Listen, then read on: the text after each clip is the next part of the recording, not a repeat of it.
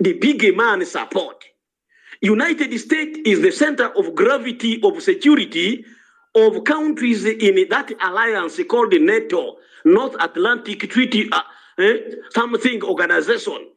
United States is the big man, is the center of gravity of the security interest of countries in NATO. In other words, United States is the guarantor of the security of Europe and the United States plus North America. That is Canada now, which is under NATO arrangement.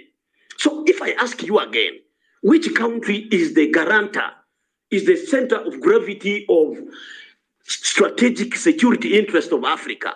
This question has been repeatedly asked in African Union Convention by our president, His Excellency Yoweri Museveni Kaguta. Nobody has ever answered it. Now, a country to be a superpower, to be a guarantor of security, that country must have control or must have military on the sea, must have military on land, must have air force, must also have forces in the space. So America is conquering the country in 4 dimensions.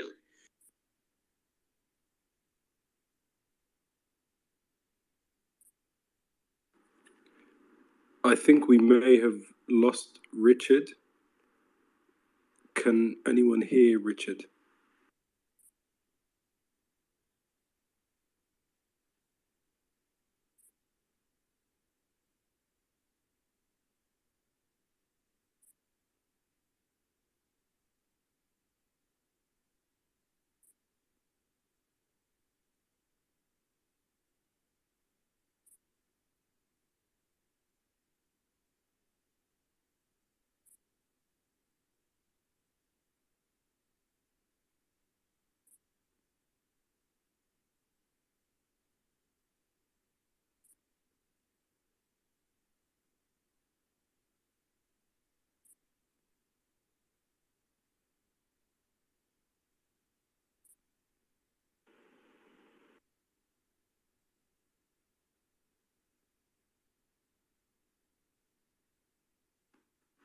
So I think Richard's connection dropped.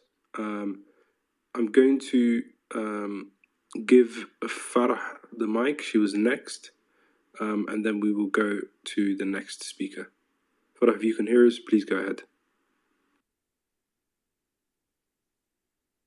Guys, I can't hear you. If you could just give me a few minutes. I'm trying to hide from a heavy rain in London. That's okay. I'll join you guys in a minute. No problem at all. Zahra, did you want to comment? If not, I'll just briefly, while Richard comes back up on the mic, I mean, he was giving us some very interesting perspective from someone in Uganda, so not from Somaliland, not from Ethiopia, and he's absolutely right. You know, the people of Somaliland, 7 million people in the Horn of Africa, are being denied statehood, are being denied the right to identity, are being denied the most basic fundamental human rights that the people in every other country in the world have access to.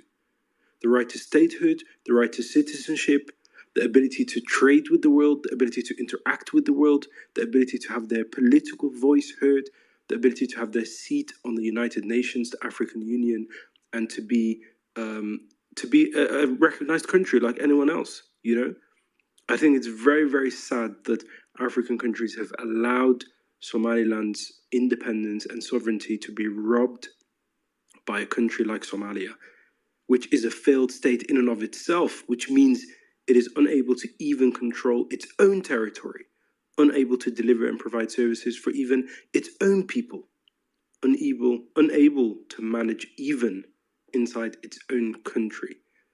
Yet the rest of Africa has allowed Somalia to be expansionist, to annex and occupy neighboring Somaliland. This cannot continue. This must not continue. This is a historical injustice, and it is illegal. Somalia's claims over Somaliland have no legal basis, have no legal merit. The union was null and void. This is what the African Union fact-finding mission confirmed themselves. So that's very, very important to say. And what does the African Union Charter say? It says that African countries' independence on decolonization must be respected. Somaliland gained its own independence as a separate, specific, and distinct African country, separate from Somalia, with its own independence papers, with its own treaty of independence, with its own borders under international law. So Somalia makes so much noise about its unity and territorial integrity, but it has no right, no legal right to transgress against neighboring Somaliland's territorial integrity and sovereignty. No rights whatsoever. Richard is back. Richard, please continue. If you can wrap it up, and then we can bring other people in as well. We have many people waiting. Continue, Richard. Yeah, thank you very much. Thank God I have come back. I hope the imperialists are not the one that have disconnected me, because I want to really ideologically awaken. Richard, what's causing the instability in the space? Probably the space is being attacked by people who do not want this information to be heard. Yes, so if you can all share the space, that helps improve the connection of the space. Yes. Twitter will hopefully support the space more as well. I'm telling you, my brother, who's listening, all 300 people, please share this space, tweet about it, and let's get more people to join. So yeah, continue, Richard. Thank you very much. So I was telling us that Africa lacks any center of gravity, any big money country to defend Africa, to guarantee Africa's strategic security interest. Ethiopia is one country I am looking forward to become a superpower in Africa, to provide that center of gravity, to provide that big money role for the strategic security of not only Ethiopia, but of all African countries, which was demonstrated by the great emperor Haile Selassie to come up with the African Union. So we need not only one country to become a superpower in Africa. In the Horn of Africa, I'm looking at Ethiopia. In West Africa, I'm looking at that new alliance of Sahel state made up of Niger, Burkina Faso, and Mali. They want to unite. Let them develop nuclear power. Let them develop superiority. Let them be able to give us the main pillar, the main rock, center of gravity role. I'm looking at South Africa in southern side. We need another country in northern side, only that some of our country in northern side, for example, Egypt, Morocco, and Algeria, tend to feel more of pan-Arab, pan-Asian than African. Something we must deal with that wrong attitude. So Africa's strategic security interests require Ethiopia to access the sea. Now I have explained to you that. So we need Ethiopia to control the sea. Ethiopia is already controlling a transport system in terms of having the best airline. I want Ethiopia also to develop air force capacity similar to the transport airline it has developed. Because I told you, America is powerful in the air, it is powerful on the sea, it is powerful on the land, and is powerful in the space. These are 4 dimensions.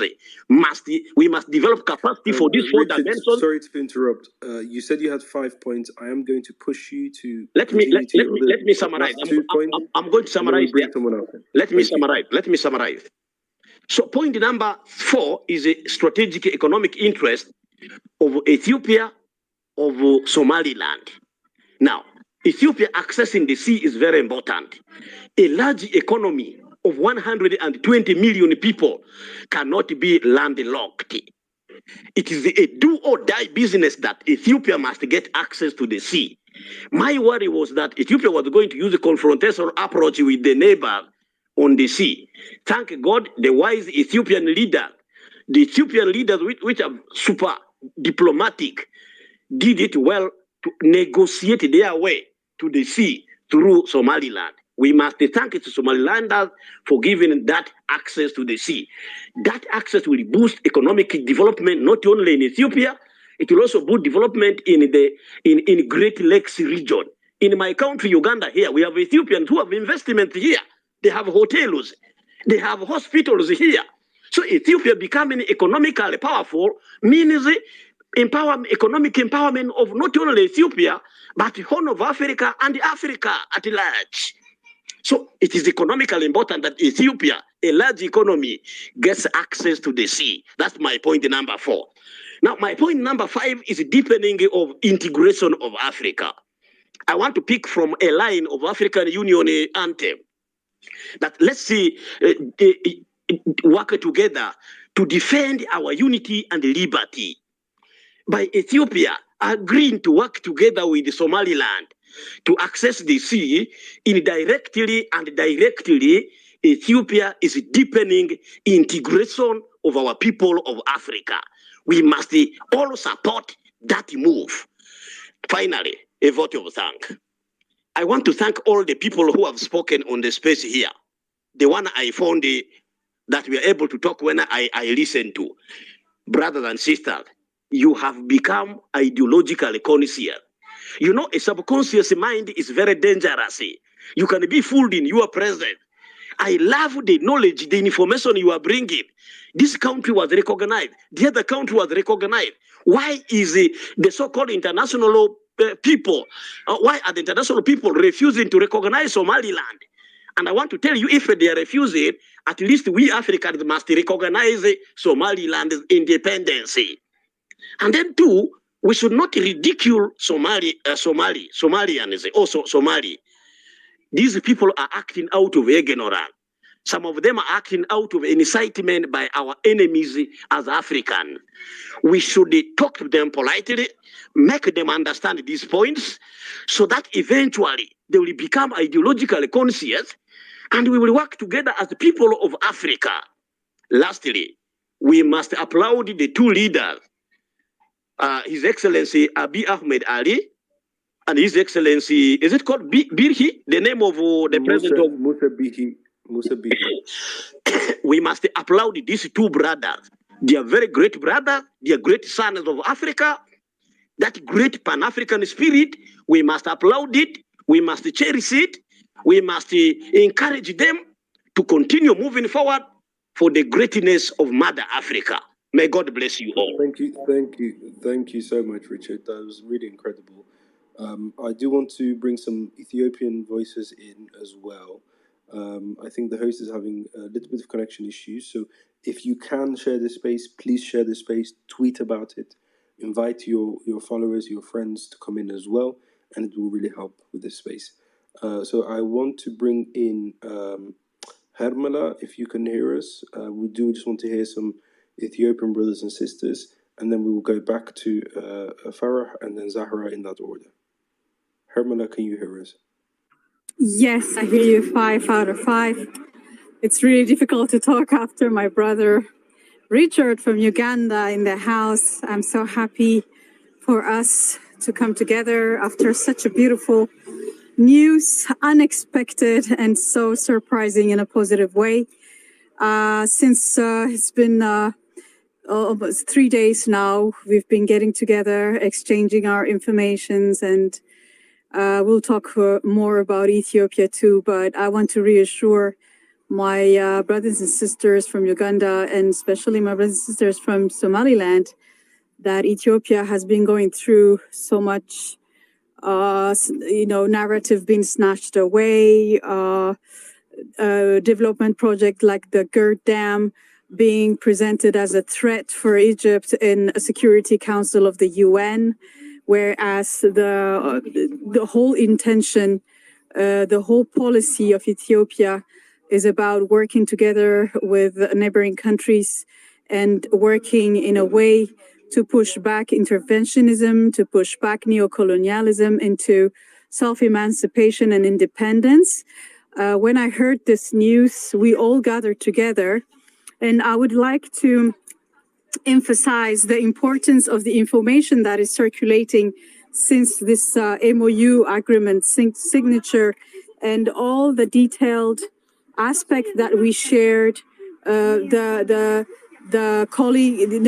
calling back of the importance of history, our history, how we can own it, the importance of legal approaches like Richard explained it so well. And all these informations and data gathered together has to definitely circulate between us Africans, because the information gap has been long due, creating so much negative impact on economic disparation between, African nations not being able to come together, and being limited of access, and being limited of crucial knowledge, opportunities of, we discussed about how many years backlog of profit, of benefits, of business growth, of infrastructure we have between Ethiopia and Somaliland, and the resources of certain group and regions overexploited, I would say, and not even, going back, trickling down to the people that are represented. In Ethiopia, there has been so much political manipulation, nothing organic, everything paid for. Insurgents ending up in our government and ending up dividing us. That's the beautiful bell to announce the revolution that will never stop. We are gathering together as Africans, and we're no more going back. We're the 21st century Africans, and we build on knowledge. We ask our leaders. So I was saying, that media is so important, and this information gap creates an unemployment, even underemployment for our, new students going out from school and not having jobs, being obliged to go away to find jobs, and all the knowledge building other countries and not ours. It built the information gap, built unequal access to services. Man, do we need access to the sea? None other country as big as Ethiopia was landlocked for so many years and denied to have access to, for self-emancipation, human rights, right? And Hermela, let me just ask you a question from an Ethiopian perspective. If Somaliland and Ethiopia peacefully, diplomatically, through negotiation and discussion, have agreed that Ethiopia can use a port in Somaliland, why should that be a problem to anyone? But that's politically driven, you see. That's manipulation. And as we discussed earlier, bring the papers, show us the laws. US already asked to work for Somaliland. Somaliland is it's in its right to not to accept. No, I'm not interested. No, thank you. And nobody came to denounce, saying America wants to steal resources from Somaliland, wants to steal land from Somaliland. No, nobody said a word. And now when it's about Ethiopia, we go back to this political, manipulation, tricks, geopolitics that was exercised the past 27 years. I was saying on ethnic lines, on religion lines, youngsters are paid to create havoc, activists have turned into warmongers, and that's what we've been fighting. And I realized how Yemen came to be, how Syria came to be. In fact, these interventionist agents and interventionist sponsors are the one responsible, repeating the lies so many times that people end up being under the mark, under the stroke of these lies, and end up accepting it as reality, which is a complete false. And like you said, thank you so much. Nobody said anything. This is about collaboration. This is about coming together. This is about Sharmarki, like you said. Why would anyone oppose right now? It's about coming together. So we're silencing the guns, everybody, by coming together. And to finish, the information gap on top of economical disparation, on top of unemployment and under unemployment, unequal access to services, also made insufficiency, market insufficiencies. We have seen how Ethiopia was so easily strangleable by these tricks, perpetrated to have storages, excessive storages of products, such as bags to transport the grains. They stocked it, they buy it from all over the market, they stock it in one hidden storage, and the agro service couldn't even transport grain, mind you. There has been so much sabotage going on, and these market insufficiencies were created superficially to manipulate the market into quote unquote trying to prove Ethiopia is has such a government that is, unexistent. And then we had also faced policy challenges.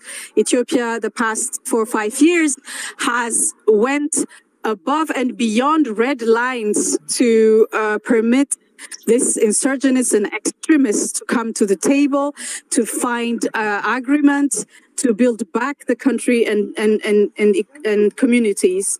And the last point of this information gap, the problem is also social stratifications. You see, information gaps can reinforce social stratification, perpetrating existing inequalities, and these inequalities that we have so longed for to get rid of by developing the economy, bringing opportunities, and getting rid of this misery for once and for all.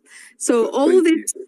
Yeah, so all this information we're exchanging right now is so crucial, brothers and sisters, and I am so eager to create our content. I'm so eager to push back the propaganda, all these lies that wanted to be repeated on us, which are lies. We're going to call them out, we're going to shame them. May it be AU, may it be UN, may it be anybody.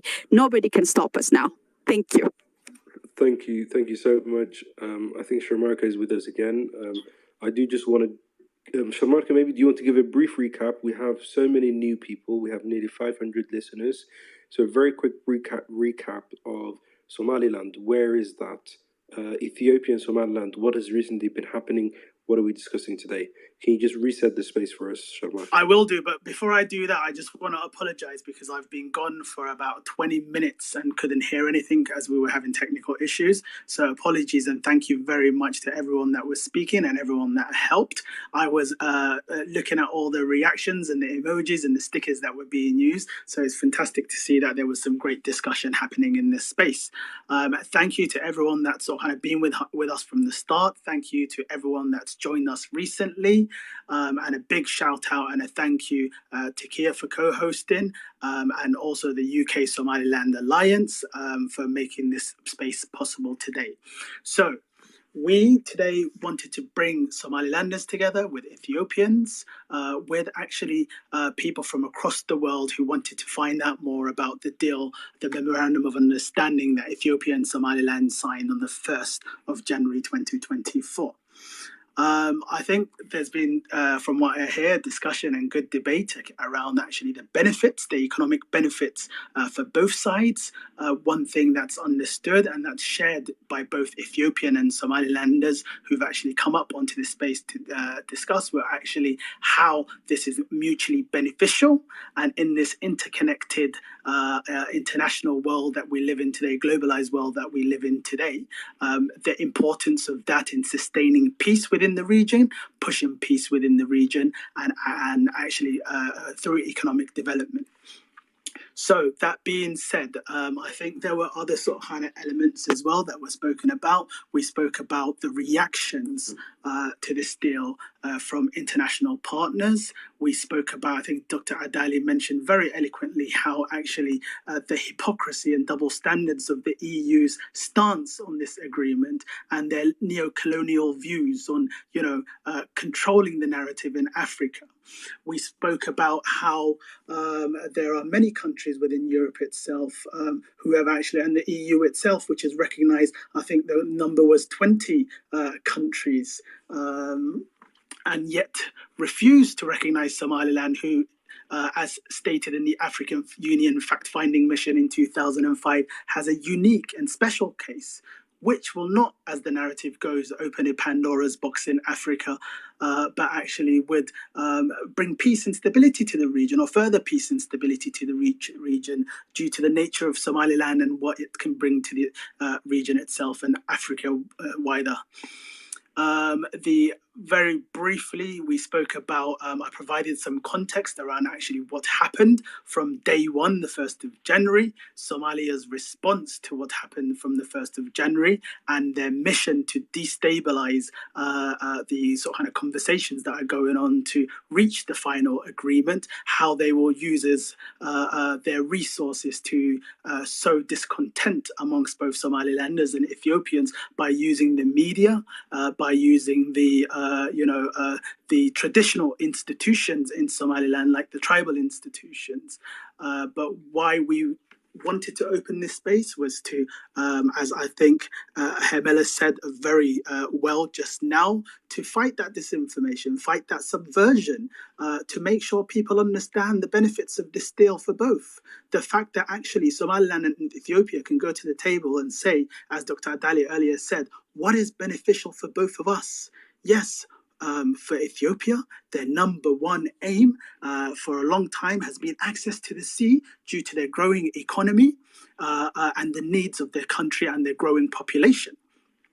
And for Somaliland, for similar reasons around economy, around sort of kind of social development, about utilizing its human capital, around actually gaining the access to the world and institutions that would have otherwise come to invest in Somaliland, along those that are already there present today in Somaliland, recognition is its number one national interest right now.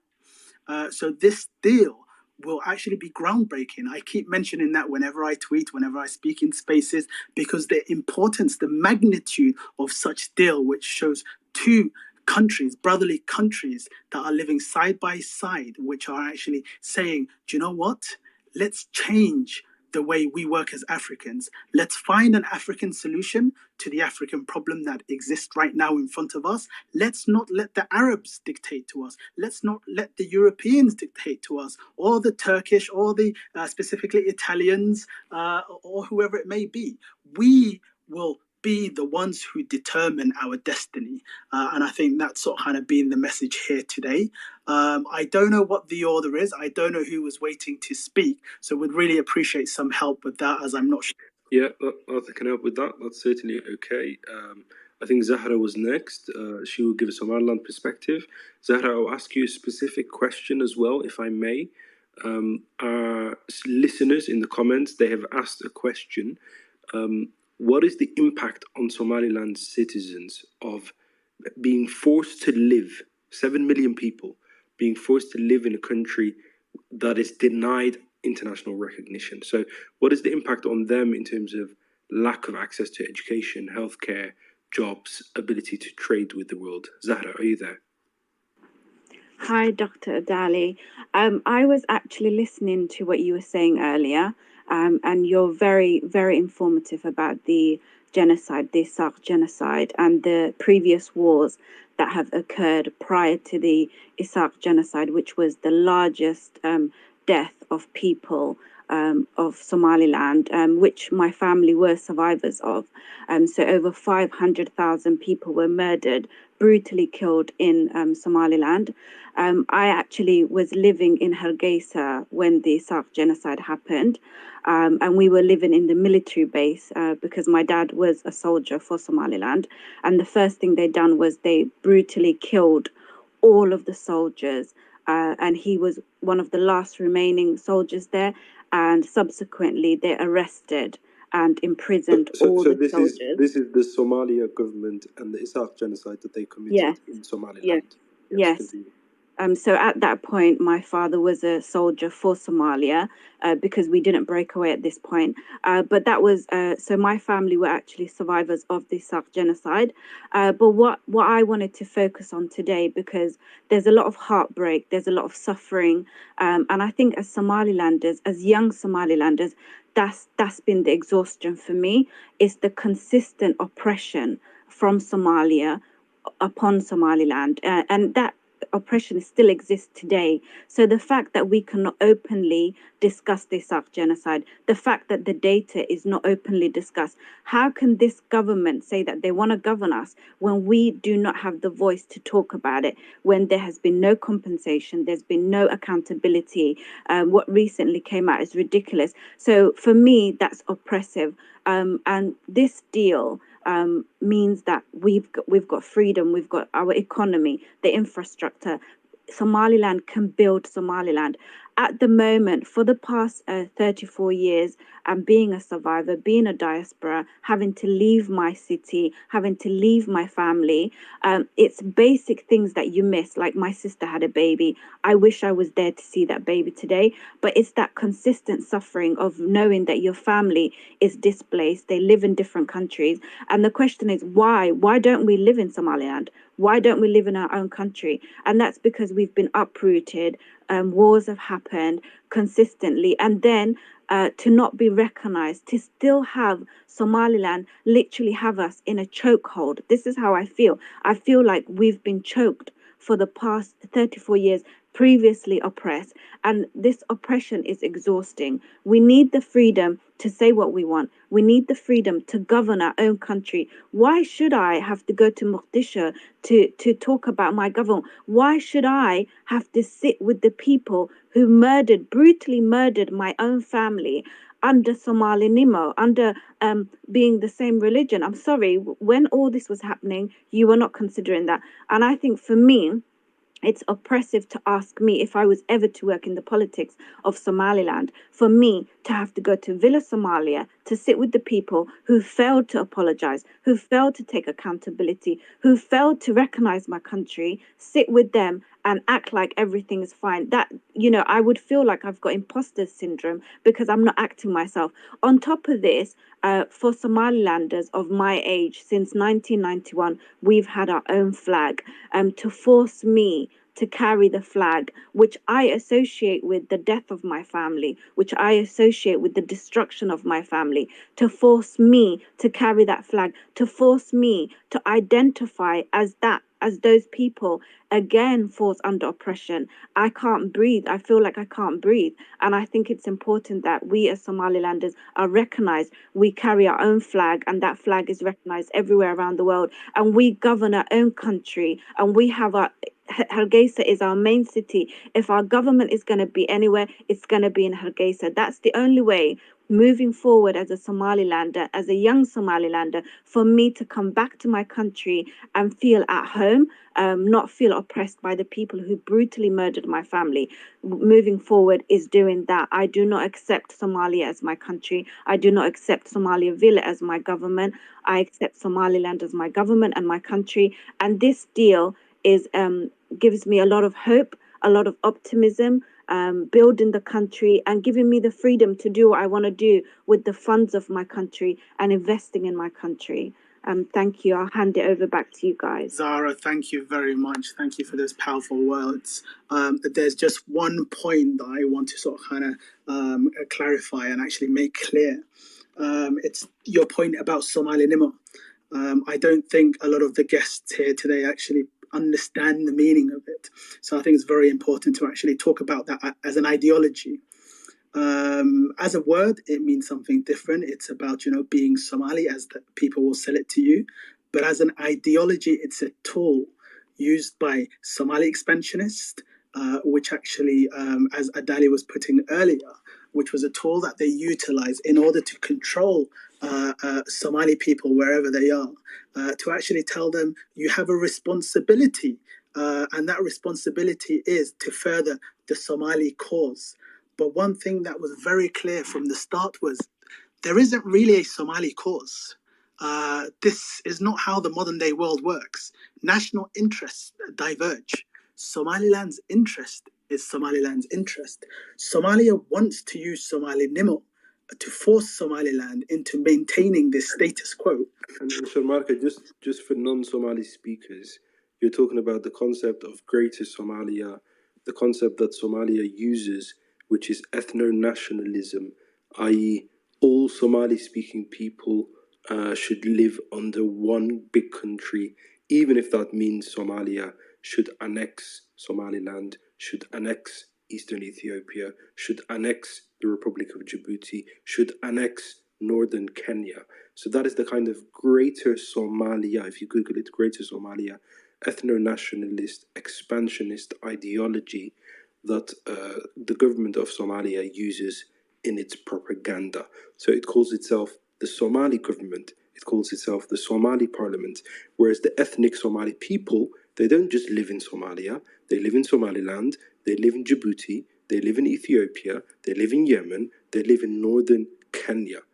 And there cannot be, there must not be, there will never be Somalia as a single country being responsible for being the voice of all the 30 million ethnic Somali people, because actually most of those people are citizens, sovereign citizens of Ethiopia, sovereign citizens of Somaliland, sovereign citizens of the Republic of Djibouti, sovereign citizens of the Republic of Kenya, of Yemen.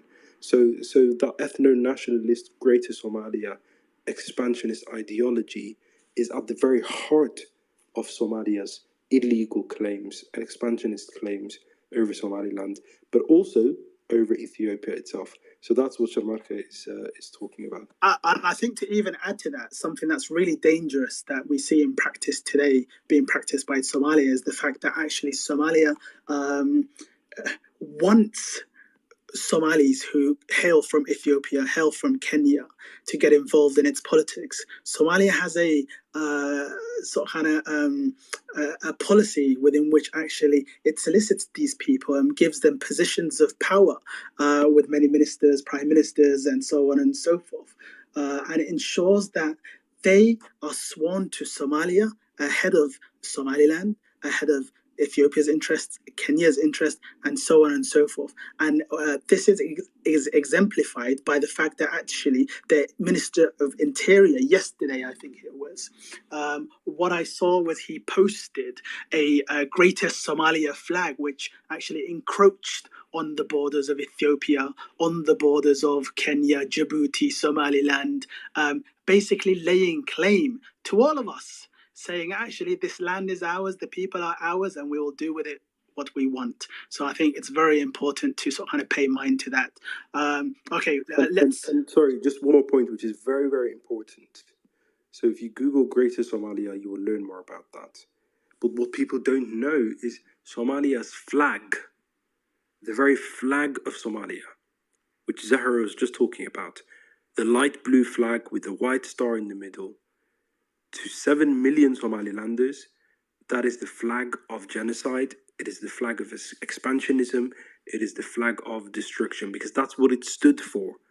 When that flag of Somalia was waving over Somaliland cities, Hargeisa, Bur'a, Berbera, Borama, Erigabo, a country the size of 5.7 million people, and they were being erased with Somalia's quest expanding its borders, claiming Somaliland, claiming Ethiopia. So that is an ethno-nationalist flag.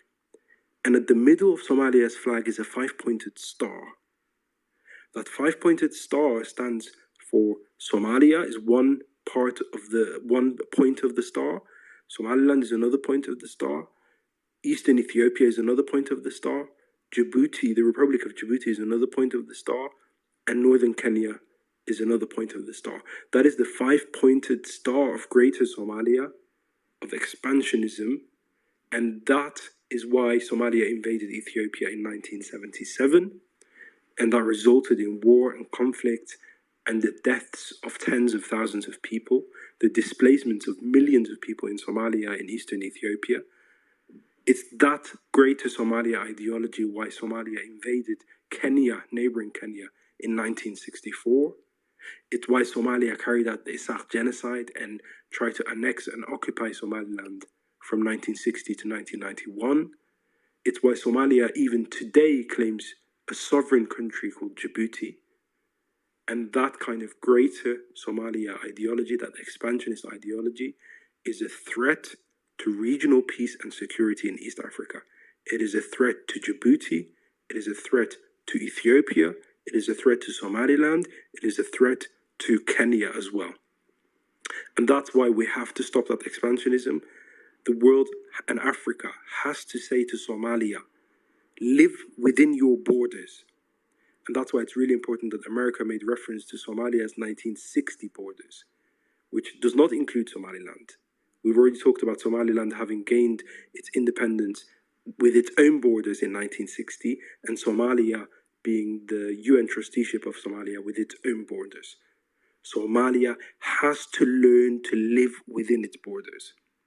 Somalia has to focus on its own internal issues because it's been a failed state for 32 years. So we have a crazy situation in which a country that is known the world over, that is famous for piracy, for terrorism, for being a failed state, and I don't mean that to talk down on Somalia. I'm talking about the objective facts over the last 30 years. Somalia has been a country that has not been able to govern or rule or manage itself effectively. Somalia's last democratic election was in 1967. Somalia last provided any public services, including security, including healthcare, education, maybe in the 1970s. And since then, it has had no effective government, central government. Doctor. So its people are suffering. Let me just finish this point. But ironically, we have a crazy situation where Somalia, which is not functional, is still expansionist and still wants to claim Somaliland and expand. And we have to say no more. So what Ethiopia is doing today is saying we're going to recognize Somaliland's sovereign borders from 1960, from 1991. Somaliland has all its legal documents. It has its Treaty of Independence from the United Kingdom as the former colonial power. Somaliland has a royal proclamation from the sovereign at the time. And Somaliland has a 32-year track record as a sovereign independent country. It has its own parliament, its own borders, its own military, etc. So what Ethiopia is saying is we're going to accept the reality on the ground. We're going to move the Horn of Africa region forward into peace, into development, into collaboration, into cooperation. And Somalia, we will leave you. We want the best for you, but we want you to focus on developing and building within your borders. And we have to stop the greater Somalia expansionism. Thank you very much. Thank you very much, Doctor. I'm very conscious. What I want to do, Kia, are you there? You available? Yeah, I'm here. I'm sorry that I wasn't able to help you as I should because emergency came and I have to go out. So because there are in fact a lot of people waiting, so we should give the mic to them. And there are so many people requesting for a mic. Please bear with us. We'll be giving you the mic as soon as we have some people finish their thoughts. So my sister Hermila is here to assist, and also Poetic Justice. Whenever you have some questions regarding Ethiopia or anything, you can ask them. I'll be coming back. Thank you, Sharamak. Thank you very much, Kia. What I'll do, I want to sort of kind of move us on to sort of kind of our Ethiopian brothers and sisters now, and then we'll come back because we spoke a lot about Somaliland in the sort of kind of last interval, and I'm just aware it's so much information. So give it some time to settle in, and then I will sort of kind of come back to it. Thank you. In fact, I found this space very informative and productive. I have learned a lot, I'm sure. My fellow Ethiopians also agree with me that they have learned a lot. So it's okay even if we speak more about Somaliland, also Ethiopia, because now we're working together, and so you shouldn't be saying sorry. You know, we're happy that you're speaking about Somaliland because we want to learn more. So we can go to the Ethiopians and also Somalia. So maybe let's do it. One Somaliland, one from Ethiopia. Maybe that way, if that's okay. Okay, no, that sounds good. One thing you'll notice with Somalilanders is we're very proud of our country, our people, and we can speak forever about Somaliland. So I'll pass on to Poetic I'm Justice. here, don't worry. I love it. Poetic Justice, welcome. The mic is yours.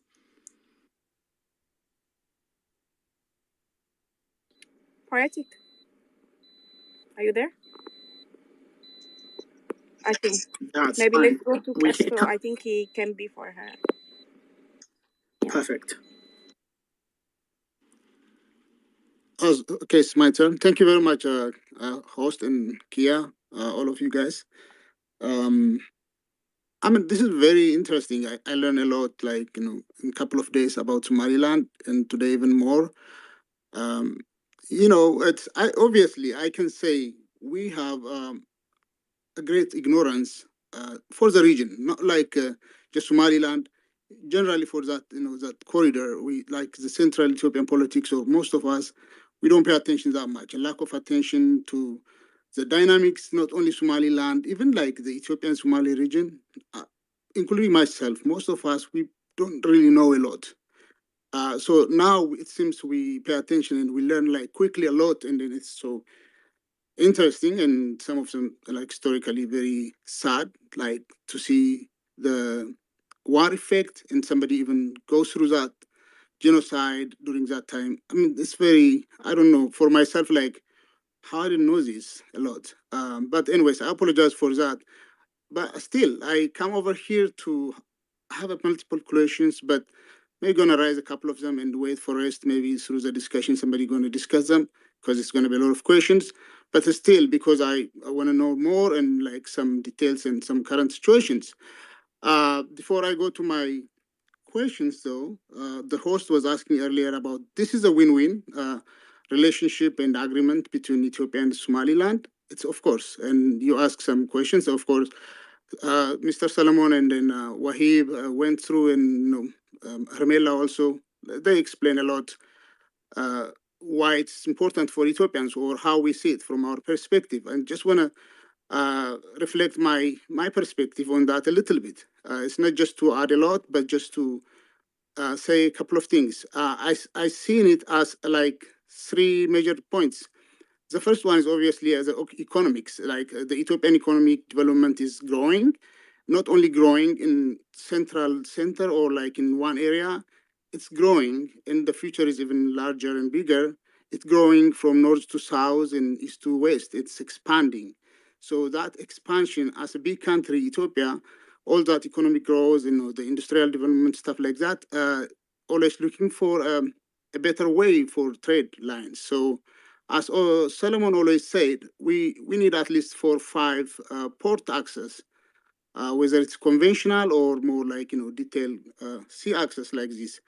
So this is one of them, but a very important one because of the situation with Somaliland and where it is and stuff like that. But we still gonna need more port access because like the economic development in the north may benefit more from the Red Sea ports, and the economic development in the deep south is more benefit from the port, Somaliland, and even the Mombasa. So this is ongoing. We need more. We're not just closing the other ports, I think. And one thing, the economic expansion is not just only Ethiopia. We are carrying the big land and the big opportunity behind us, which is South Sudan. All these ports are not only for Ethiopia, it's going to be for South Sudan too. So we need to see that future. And whether there is a lot of hardships right now in the region on the whole, the future is going to be still coming, and it's going to come with a bigger opportunity. So the economics is like huge, and then most of you guys can understand that more than me, so I don't want to say a lot on that. But the second one is the geopolitics and the security altogether. That so the geopolitics become in its peaks, like this is a peak for the East African or the whole geopolitics because of the situation on Red Sea plus the Gulf of the Eden. So because of that, we Ethiopians in general, we understand geopolitics now much better. We are aware, we pay attention more now than before. And the Ethiopian government also pay attention and start working on taking a stake on the geopolitics of the Gulf of the Eden and the Red Sea. So because of that, they're working hard, they're working diplomatically, and they're working many ways. So because of that, it gathers or it brings a lot of attention to the situation. If this agreement happened 20 years or 15 years ago, it might not get this much attention. But it happens right now, this week. And then guess what? What's going on in like Gulf of Eden right now?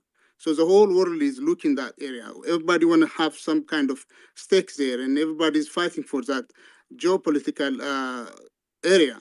So because of that, it's not. It's not like a surprise to see all these attentions and noises. But definitely we're going to go through this. I hope the two countries, Ethiopia and in Somaliland, definitely going to stay in strong together, because the future or this situation or the agreement is not going to be smooth. It's going to be full of, it's going to be treacherous, very, very hard, whether it's internally or externally. Already you start seeing things. But both countries benefit from this 100% in many ways. I think they're going to stay strong. The third one is like maybe most of us don't mention it or we don't say it, but having a sea access for Ethiopians in general is a sense of national pride. As an ancient country, big country in Horn Africa with all those historical things going on, we don't have our own access to the sea means really not, it's discouraging. When I grow up from childhood, we always like feel, I grew up in a time where we don't have any sea, sea access, or we don't have any ports. So we all want that.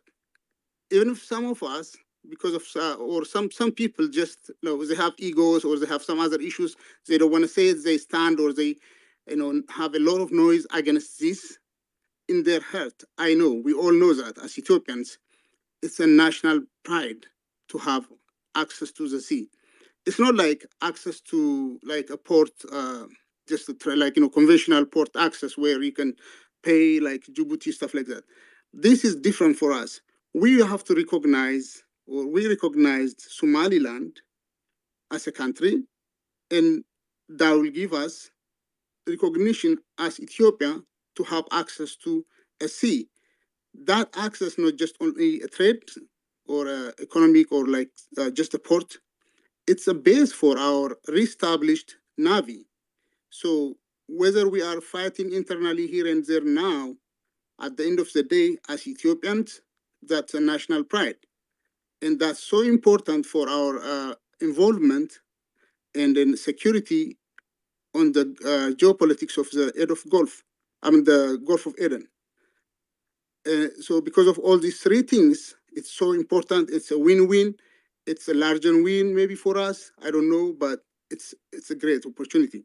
And the rest continues. Like we need still Djibouti, we need still maybe Assab, Mombasa, even why not Mogadishu? They should solve the situation with Al-Shabaab. I think they are already becoming friends now. Today I'm seeing the news. It's very interesting, but they should solve that. And we're still going to need that port. The Mogadishu port can be a very good access for most. There is like the deep South Ethiopia, like the Bale, Borana, in the northern Kenya, even the South Sudan.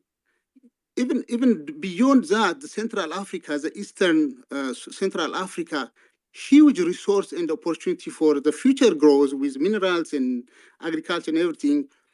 If you calculate it on the ground, it benefits from this eastern side market through these ports. And that means highways, that means expansion of development, and then continues. So it's wide. Let me go to my couple of questions and I will give the mic back. Because now we're learning a lot and I regret a lot. We don't know a lot about Somaliland, but I still have some questions. My first question is like, who is like, what's the Somalis' involvement in Somaliland? Like, is that Somali is the one who guards Somaliland, coastal areas, the air and the space, or the land? This is a question for me. I don't think so, but like somebody can maybe explain to me a lot. If Somaliland is doing that for itself, then that's another big double standard for the rest of the world in the international politics. The second one is like when it comes to trade and transaction. I know Somaliland has its own currency. So the international trade you guys involved in, whether it is with Ethiopia and the rest of the world, that transaction, it goes through the Somali National Bank. If not, that's another sovereignty for Somaliland. So these are a couple of questions. I might have more, but I can learn those through the discussion if I stay here and wait. But the third one is, what's the situation with Puntland? I know Puntland is not like specifically like Somaliland, but still it's like not really just a typical region to Somali. It's an autonomous region. So I just, so far from like a couple of days, I didn't get anything or any insight on that. But is Puntland is more friendly to Somaliland, or want to do like, because you guys have like similar situation, or Puntland is more of the Somali side? Just if somebody can explain that to me or like go through it, would be ideal. Thank you very much, host and co-host and everybody else. Thank you. I appreciate it. Thank you very much for the questions, the comments. It was really helpful and actually really good to hear your perspective. Just one quick correction though before we get into the questions. I don't recognize the Gulf of Aden. I recognize the Gulf of Berbera, which was the historical name given to that strait, and was sort of kind of hijacked later on. So I think that's just one thing I want to sing loud and clear. I think we can go into the questions when we come to the speakers from Somaliland. But what I want to do right next to you is see if another Ethiopian speaker wanted the mic, and I think I see Cheroboli. Sorry if I've absolutely butchered your name. I apologize. Sorry, Sharmaki, I really need to go. Can I please just say my piece and just dash off because I've got a job to do at the moment. Is it possible to just say my piece very quickly? Go ahead. Thank you so much. First of all, let me congratulate you. This is a fantastic space, and Kia as well, for co-hosting, and for the UK Somaliland to support this. So, and I was really interested actually on what the previous speaker has actually said about the main questions really about the depreciation of currency, for instance, or this idea that Somaliland has its own currency and central bank. We had to do that. We had to do that because we couldn't get an agreement with the rest of Somalia. And as you can understand, anyone that actually has an idea about ethno-federalism, which Ethiopia has at the moment, because of the EBRDF system and you know the governance and what has happened after Zenawi, we have a 4.5 system in Somalia. But obviously Somaliland has always said that we are autonomous region, and therefore it became important that we control the appreciation of the currency and also to kind of counterbalance the economy in terms of inflation and the high interest rates. So the economist, I think Dr. Adale can explain it better than me. But in terms of, there is a couple of issues that I wanted to touch up on, which is historiography or the epistemology. How do we know what we know? Because my background is history, and I've always been fascinated by how did we come from where we were as Somalilanders, or even what Ethiopia has been going through in the last 20 to 30 years, to where we are today. And there is a lot of positivity in this space about cooperation. And we do need cooperation. The idea of liberalizing the economy of Ethiopia is a huge, huge historic moment, because what has been happening to Ethiopia in the last 2 years, it has been really tragic. It's been embroiled in a sort of an interwar with the TPLF and Tigray. Eritrea had a part to play in this. And then I'm going back to the point of the previous speaker when he said about that he grew up with a port. You did. It was called Asab. And also you had access to Djibouti. But unfortunately, what happened was Eritrea gained its independence. And then there was that historic peaceful deal in Jeddah between Eritrea and Abiy Ahmed that was actually culminated in him getting the Nobel Prize for Peace. So given the fact that obviously we need stability in the Horn of Africa, we do need stability in the Horn of Africa. And Ethiopia has a role to play in this because it used to be one of the largest economy previous to Kenya in the Horn of Africa. And what's happening right now is it's been delayed. There has been a delaying factor because of the conflict, because of the sanctions, because of the internal kind of discombobulation of people who are not deciding to kind of look at the bigger picture, contextualize what was happening in Ethiopia and its transformation from a central-based kind of governance to now an ethnic federation. Which will take time to work because it's the plan. That's supposed to be the plan. But in terms of what Somaliland has done was it has given Ethiopia an access to the sea, which is really important if someone has the ability to kind of not only trade, but also to kind of build on their influence in the region. Ethiopia has a close relationship with the United Arab Emirates, so does Somaliland. Ethiopia also is ready to make partnership, especially under the aegis of AGAD. You cannot discontinue what AGAD has been doing in the last 10 years, which is it was trying to do a borderless trade economy. So you have to think big.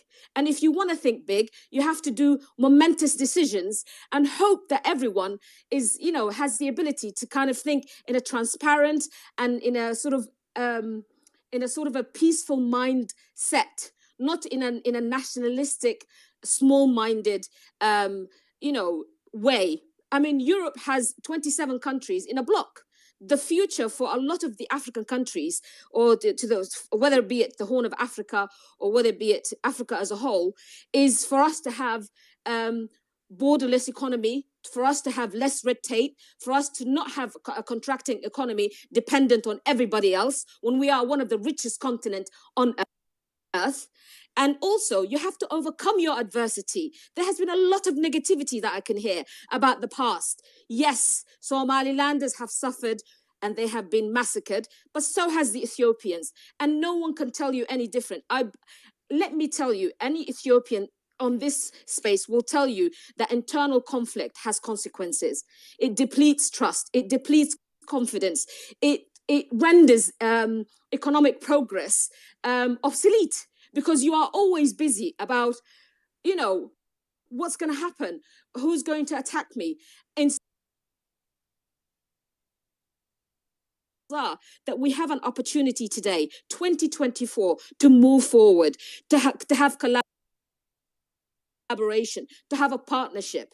Somaliland has taken this positive step because it has experienced in the last few years that it has no other choice but to make its own way in the Horn of Africa, because it's built on democracy, it's built on freedom, it's built on liberties, it's built on all of these values and principles that we have fought for against dictatorship. And let me tell you something, dictatorship has an expiration date. Be it Djibouti, be it Afwerki in Eritrea, if they don't have a plan for their people, we have a plan for our people. We want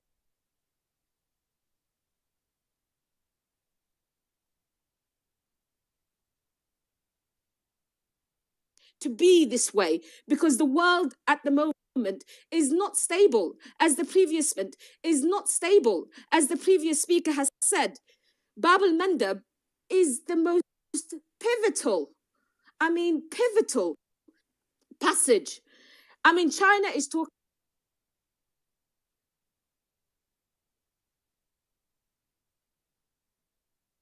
at a world that has been rendered, astray by Ukraine.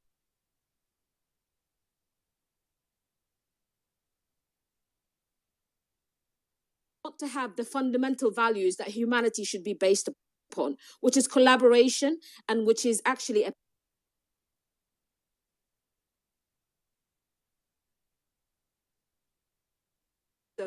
ethnicity or religious differences. It's not about that. It's about a war that you have to actually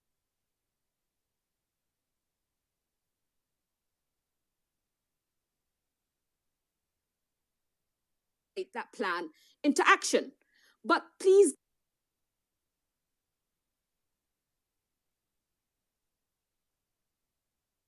God, that we don't have that chance.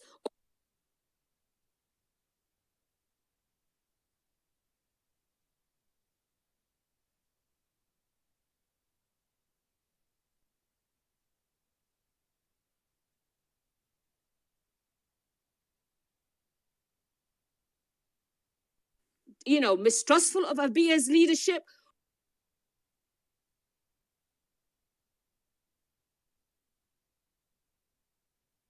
I mean, I'm getting a lot of,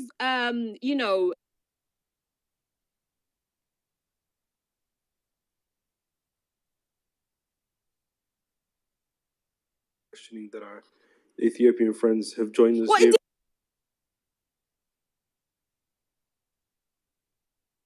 forward today. Okay, I mean, I'm just yeah.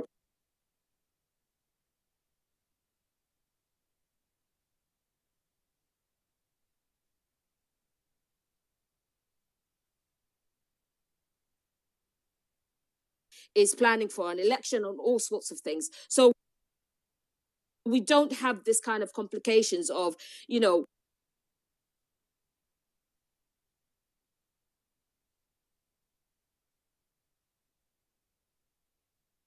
do know how to decide. But in terms of for Ethiopia, what I wanted to know was,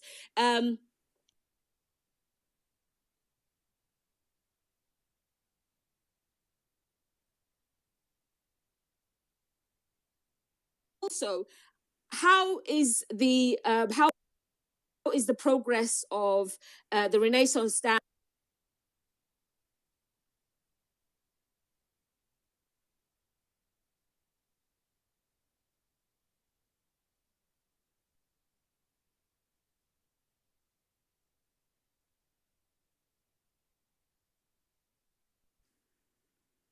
Fadhia, thank you very much. Thank you very much for that passionate kind of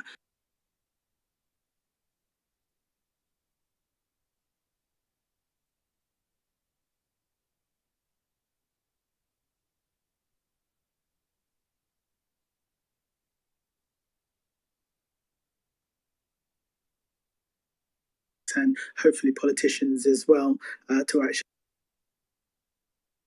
expand these conversations. I think this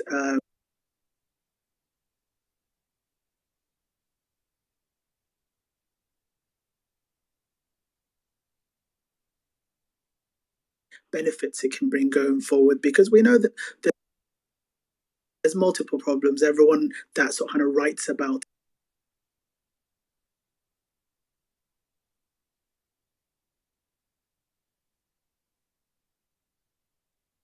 beacon of hope when there's actually light for some reason that doesn't make the news. So what we wanted to do was actually bring everyone together to give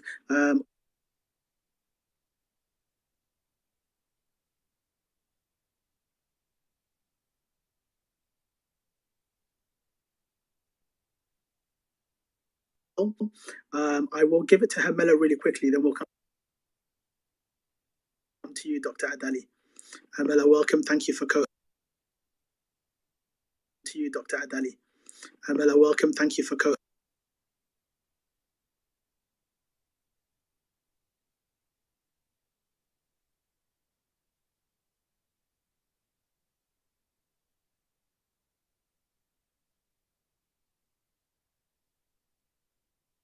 Other and divide to rule has been perpetrated for 27 years since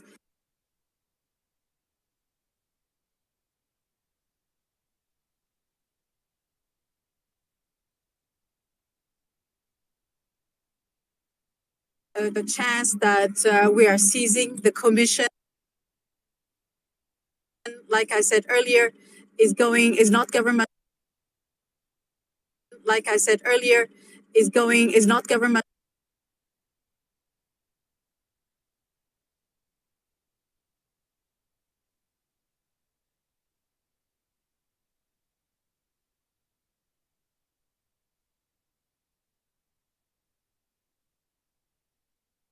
And not to name them, people directly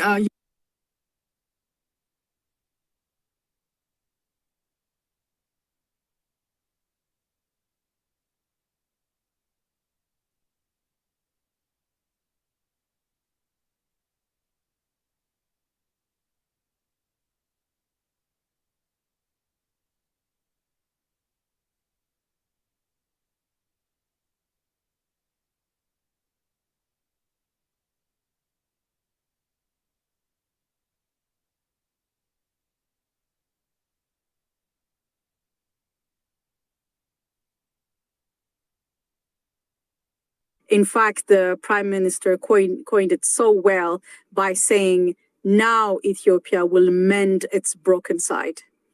So we are conscious, and there's a lot of work that awaits for reconciliation and dialogue. Thank you. Fantastic, and actually that's amazing to hear. And I think obviously going back to his point and what we've heard and what people have been saying, it's the disinformation that we were talking about earlier, and this is actually exactly what people will try and use to actually convince others, to convince the world and say, actually, look, there's bad actors in this deal, without having all the facts and without knowing what's going on the ground, without actually believing in the African solutions that we can come up with for the African problems, and waiting for, the West, Americans or Europeans to come and dictate to us and tell us, actually, this is your problem, this is how you should solve it. And actually, Somaliland is a good example of how that can happen. And there's multiple articles and reports that have been written about Somaliland and its state building process and peace and reconciliation process, and actually the work that was put into bringing people together and trying to sort of kind of heal a society that has gone through so much. And many of those commentators and academics actually point out the fact that it was so successful because it had very little meddling from the West. And that is a case study, I think, for Africa and African and in the region and wider than the region can actually learn and see. So thank you very much, Hamela. I'm going to give it to Adali, and then I'm going to give it to Farah, who's sort of kind of rejoined us and has been here earlier. Adali, go ahead. Yeah, thank you. I just wanted us to bring us back onto the topic very quickly, ask you a question, Sharamarke, and then just add a comment of my own. So, we're here to discuss the historic agreement between the Republic of Somaliland and the Federal Democratic Republic of Ethiopia. So Somaliland and Ethiopia, two neighboring countries in the Horn of Africa. I know we have about 500 listeners. I guess some of those may not have heard about Somaliland before. Probably you're not very familiar with the Horn of Africa.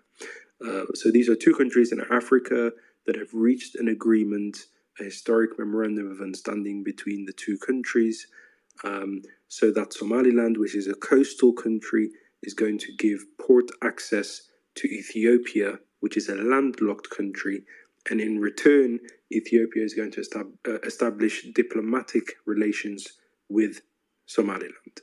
So it's a win-win agreement. It's a reciprocal bilateral agreement between two African countries. It doesn't affect anyone else. And we've had a whole number of international interlocutors, interlopers, may I say, who've come in and who've...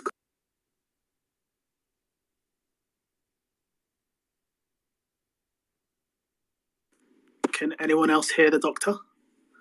There was interruption. Okay. What I will do, we can come back to him. I'll pass on to Farah, and then we'll come back to the doctor afterwards.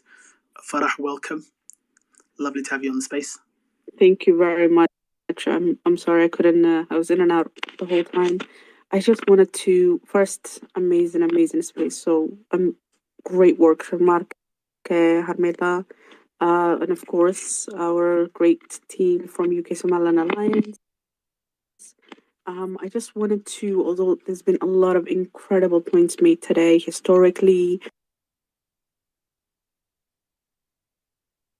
economically, it makes sense. I also want us to look at what just happened now from a perspective of we need to change the way Africa thinks. Europeans can share a border and can have economic kind of, map that they deal with one another. There is no border dispute. There is no kind of friction that happens in between. Africa is the only continent that is plunged with this,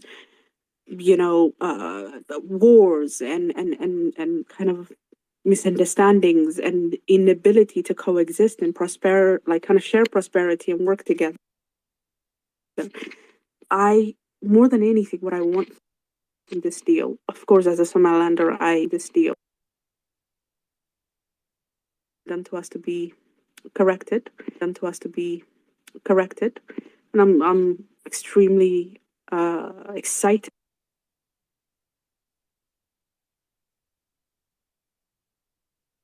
My entire primary education there, so in a way, it's a double win for me.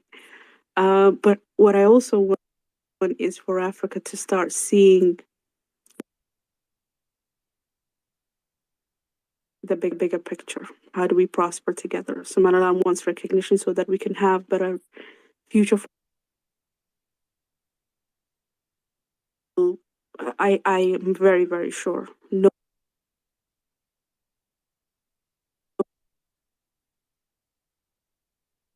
incredible life-changing things happen for our people, and it's the same for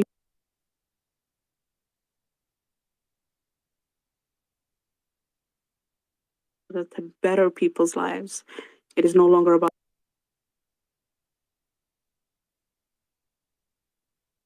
we don't like them, they don't like us. I'm not sure how it is 2020. I want that change for us, for Somaliland and Ethiopia to start it. The other thing I'm so happy that there's so many people here today's reason being I want us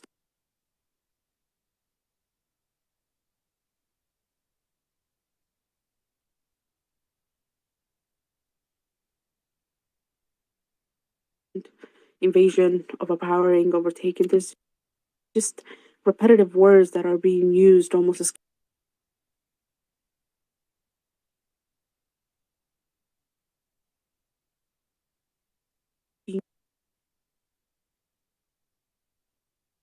fear, tornado of fear to even divide people further. So how do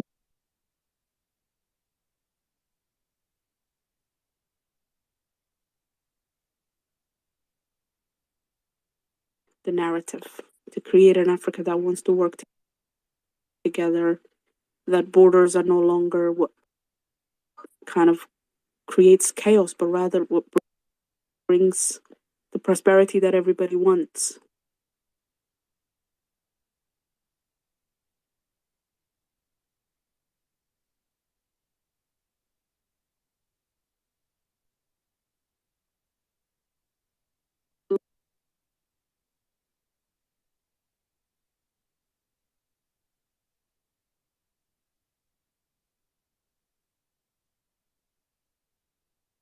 Do recognize and side by side.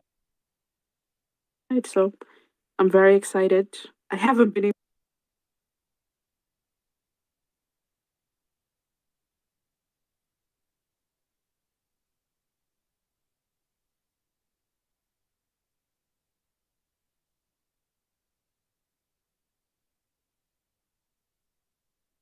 important.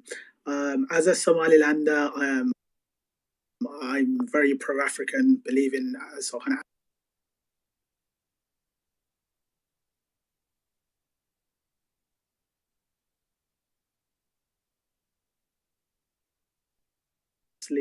and we don't see it as a binary sort of kind of sums game. We don't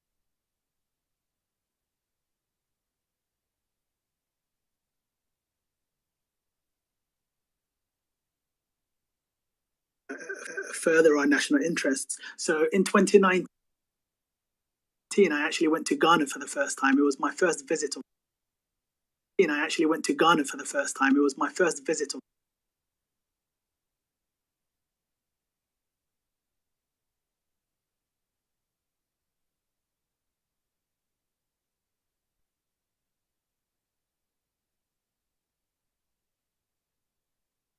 Got Somaliland's message out everywhere in Africa.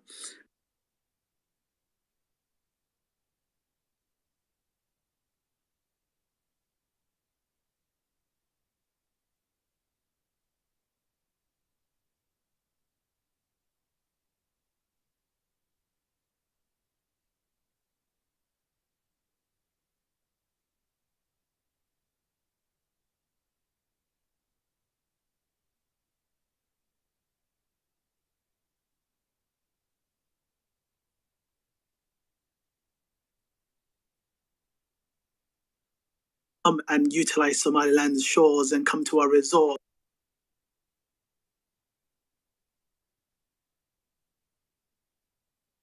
and see our beautiful beaches and the golden.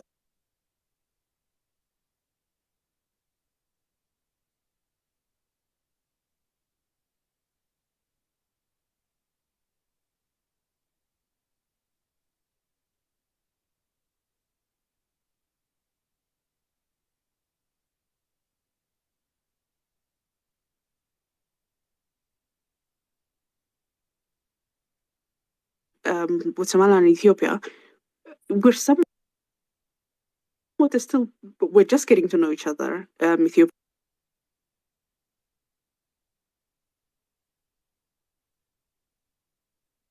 out there who are not on the boat with us, but it's almost like we have this habit of discussing the same thing with the same people on the same kind of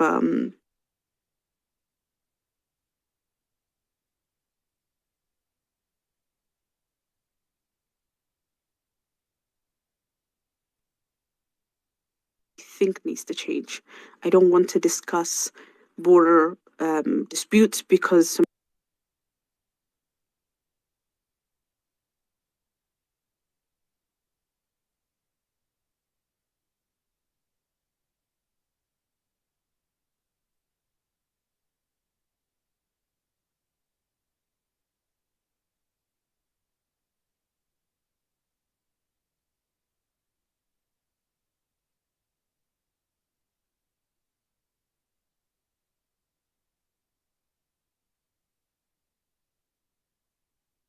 how do we put across the message of we need to be the way Europe is? How do we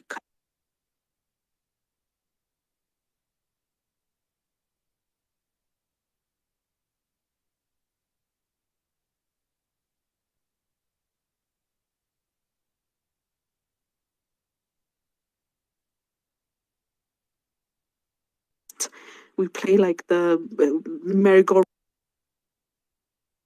with one another? So I hope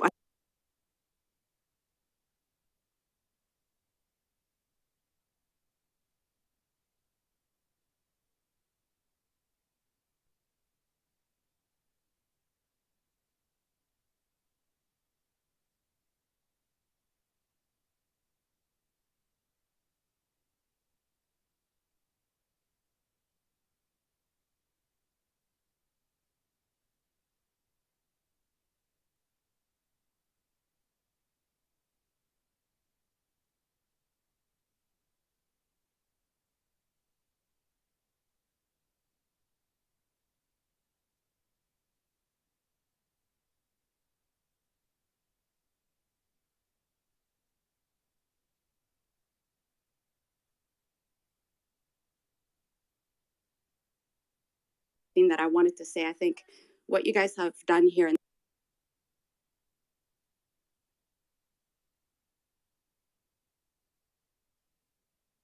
this space is phenomenal. You've taught us a lot about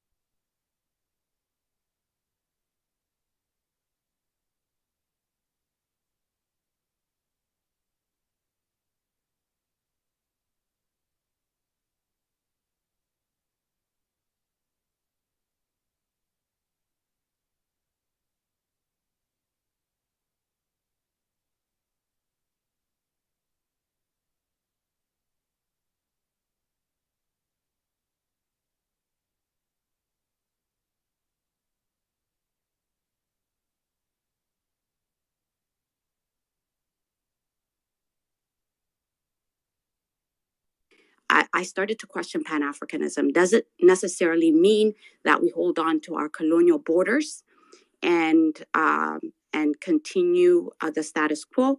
Does it mean that Africa needs to come together and erase borders, or are borders that important that we forget economic ties? And for me, I believe that in the last few years, I will push as far as 400 years, if not longer, we have been given the political narratives and the political discussions and arguments. All of that has been celebrated and even highlighted. But economic ties is what is lacking in mainstream media and our discussions and our narratives and our way of telling stories. So I think what we're seeing is there's a shift in ideology, there's a shift in what we've held on to be true for so many years, because we've been politically astute to the point where we're wedded to our ideas. But in terms of economic expansion, it's almost non-existent, right? And this MOU has brought to the surface what countries that felt confined and within their borders, within their narratives, within their storylines, these two entities have now emerged as economic pioneers, right? And economic pioneering in order to salvage the poverty of the continent has to take shape and form. And this space has done just that. Yes, we're not going to deny everything else, and those may be true. And I don't think that we're in a position to erase anybody's truth. But we are here to highlight the potential of economic ties between brotherly countries. My hope for Somaliland and for our Somalian brothers and Eritrean and Ethiopian and the Horn of Africa is, yes, your truth may be your truth, but what is going to be our salvation? Our salvation is economic ties and building bridges with one another. This may not be, in the form of borders and demarcations and all of that, but it is building the economic bridge between these countries whereby all of us could profit and benefit. I don't think the Horn of Africa, if one country is hurting, I don't think the Horn of Africa could be elevated. I think the opportunity is in the elevation of these countries, and whereby what we're seeing right now with Somaliland and Ethiopia is an economic tie. And I hope that this is going to spread like wildfire across the continent, where politics is necessary, but economic growth is essential for us to break away the chains that we've endured for so many years. So I appreciate you for the space. I hope to continue to listen, and I hope to continue to be educated. You've done a phenomenal job. Thank you so much. Poetic, thank you very much. You were educating a lot of people there yourself. A lot of wisdom and thought in what you said, and I definitely welcome it. Me myself, I'm not what they say Pan-Africanism. However, I do believe in the benefits that come with closer integration, collaboration, and the fact that interconnectedness actually will lead to less wars, less violence, less conflict, more development, more prosperity, more cultural exchange, whether it's food, people, whatever it may be. So thank you very much, Poetic. Apologies, I just want to close it by saying Kwame Ture said, Pan-Africanism should not just be an ideology, it should be an objective. And how you make it an objective is by making sure that you have something tangible whereby you're feeding your people. And that is through economic growth, and that is through economic bridge building. Apologies for taking on the mic again. I'm going to go down to listener. Thank you. No, thank you very much. Okay, perfect. We'll go to the next speaker, to Sohana.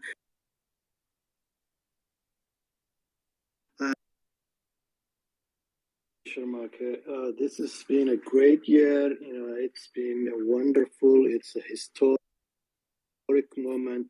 It's a historic day. This will change Africa. This is going to be huge. Somaliland and Ethiopia are once again on the world stage. Everyone is talking about Somalia.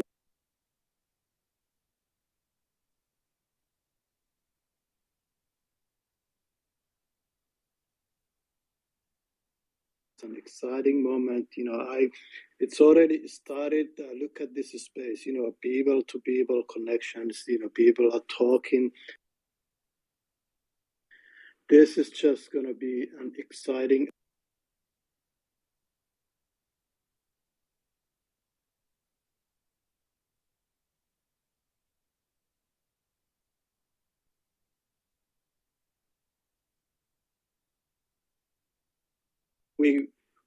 Somaliland has, been. I mean, we have done well without recognition. Imagine what we will do with, what we will do with,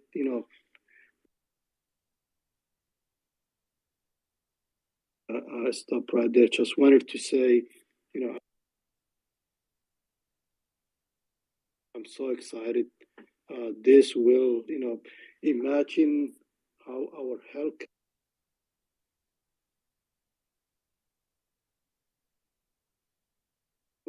do well with what we have. Now the doors will be open. Our healthcare, which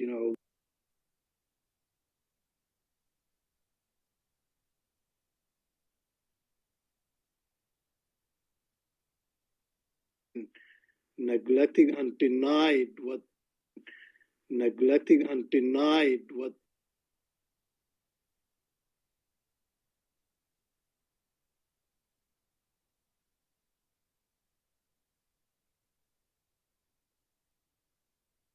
We are closing. We're no more admitting speakers. We had a phenomenal space.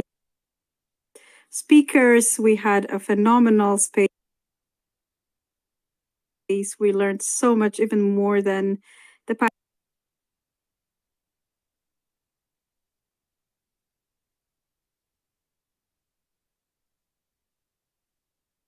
opening, and looking forward to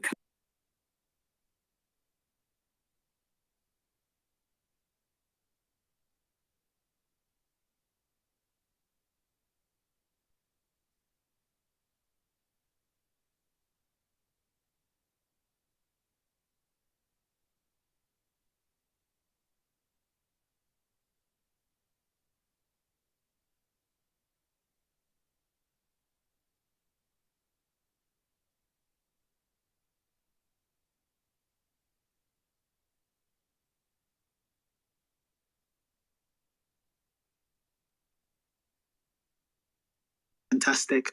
I would like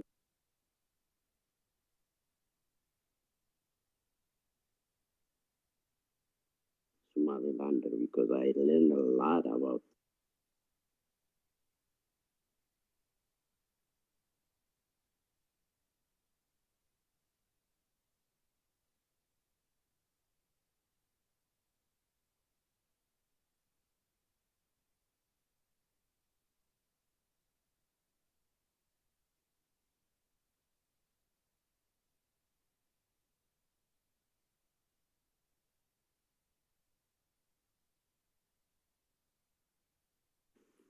Thank you very much, and we definitely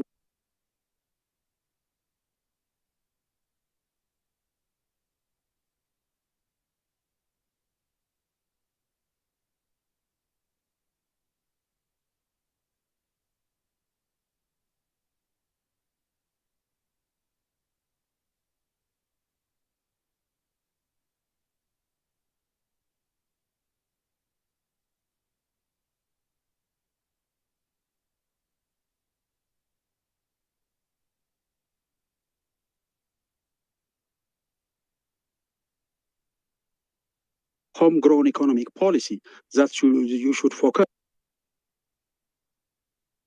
when you think of trading or investing in Ethiopia.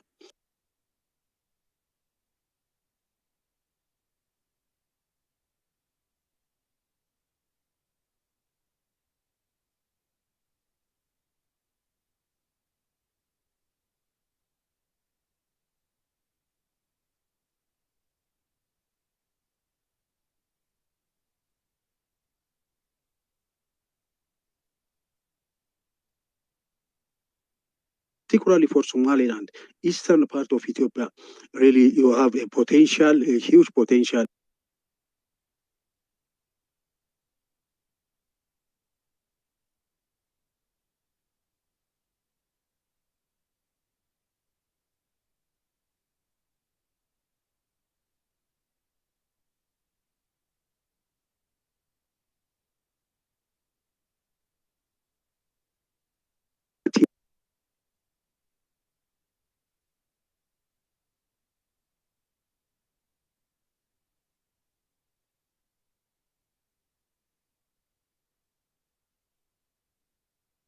The time is now.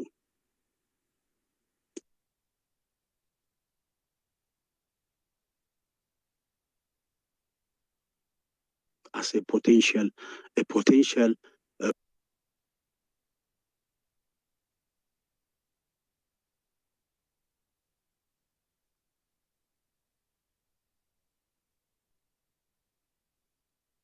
Ethiopian homegrown economic policy, open.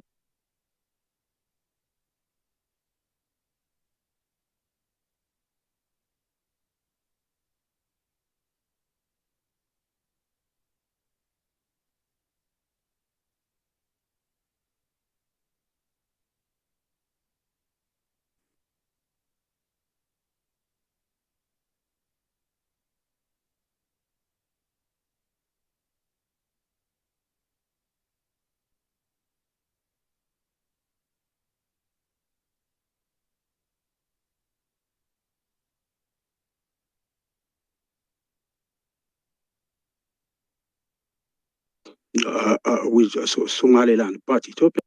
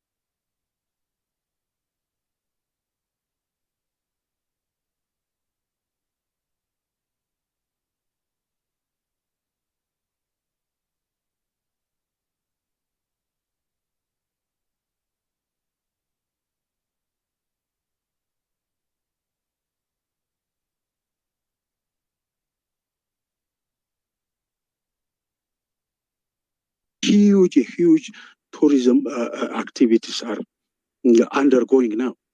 So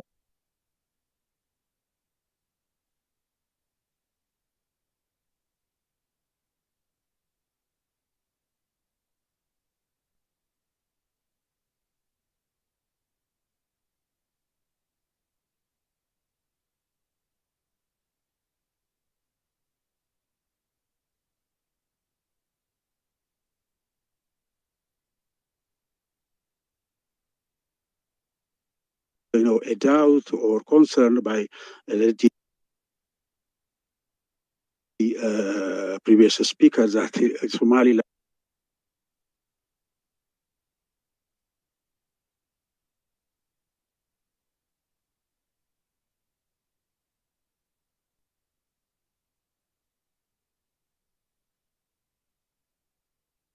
Ethiopia has got a huge land, and Ethiopia's port taxes every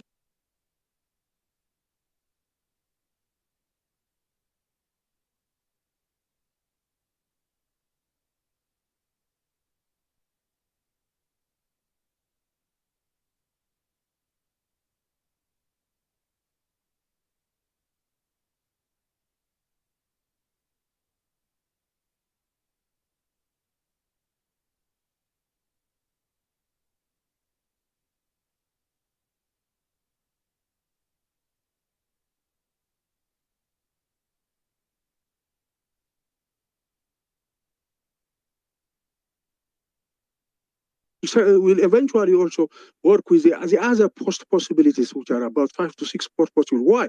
It is the issue of distance and travel time. That makes port access very, very feasible. You see, Please, for the land eastern your part, plane, 10,000 sir. path, okay, just to land.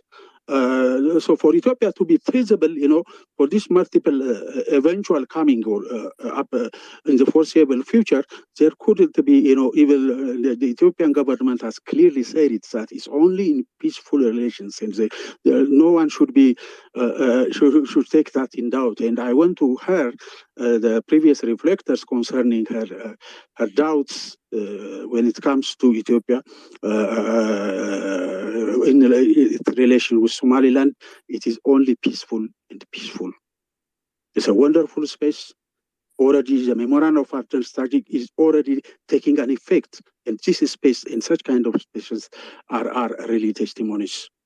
Thank you, and the future is bright for Eastern and Western Africa, North Africa. Thank you very much again. Thank you so much, Solomon. Kia, please have your last stab before No, we I'll go close. after Dr. Adal. No problem here. Okay. No, Adele wants to conclude, in fact, I guess. Okay. That's what I understood. Okay. No, it's fine. Also, we've got Genuine Lander here. So, Kia, if you want to go after Dr. Adali, that's fine. You get co-host privileges as you were the original co-host with me as well. So we can do that. But if you want to go towards the end, what I'll do is I'll give it to Genuine Lander first, who can sort of kind of chip in, and we can keep it short, and then hopefully come to an end very shortly. Genuine Lander, welcome. Genuine Lander, can you hear me? Okay, I don't think she can hear me. Perfect. I'm assuming. Shall I try? Genuine Lander? You're being asked to speak. If you can hear us, please go ahead. I could not hear her. I'm sorry. Hi everyone. I was actually DMing you asking whether somebody's speaking. Hi everyone. Thank you for this amazing space, Sharmarke, Hermila, and everyone, Doctor, and everyone, and our Ethiopian brothers and sisters, rest of the Africans, and everyone here. Amazing space, absolutely amazing. I just joined you late, unfortunately, and wanted to say a few points. I'm not sure if those points were covered. If they weren't, then I would love to just be very quick. Actually, I heard somebody earlier, which has triggered me to come and take the stage. I was actually enjoying listening to everybody. Somaliland actually is misunderstood simply because it has not the history of Somaliland and the context that's the relation of between Somaliland and Somalia is being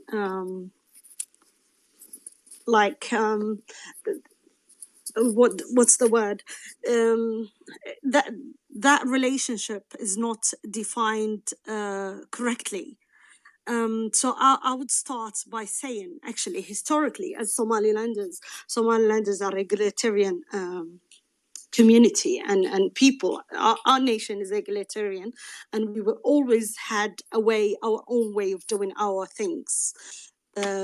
Traditionally, we would, and that's what made us most, to be honest, successful than our neighbor in Somalia. And at the same time, that being said, we're natural entrepreneurs. As refugees after the genocide, when we fled all to mostly almost 80% of the cities in Somaliland were empty. Hargeisa was called the Dresden of Africa at some point because of the magnitude of the destruction that happened during that era. There was no one house standing up, and it was a ghost town. But that being said, I would mention how our people as refugees in Ethiopia were the only refugees in IDP. I don't know if there is any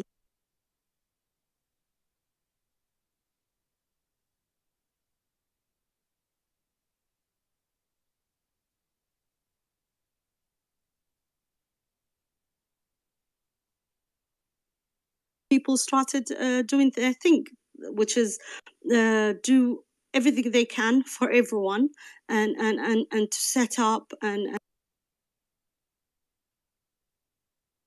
they opened little tiny little shops and started selling between them, and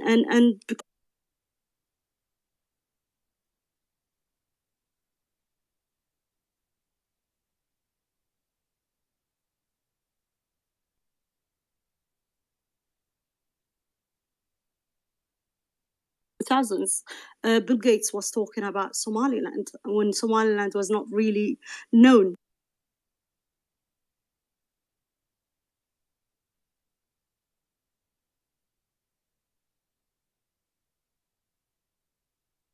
That started in Somaliland and now has moved to other countries. At the same time, also, I would mention the relationship between Somalia and Somaliland, which is very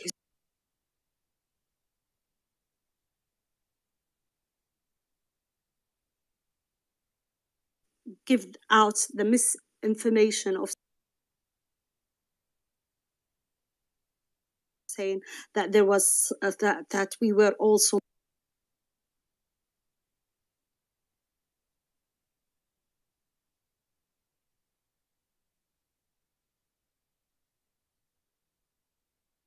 or أرض الصومال and بر الصومال, and those names are way before anything called Somalia. Important because that is why Somalia keeps claiming falsely this false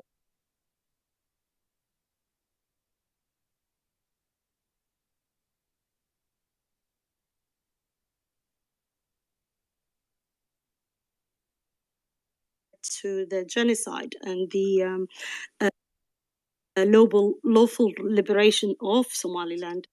Lawful liberation of Somaliland by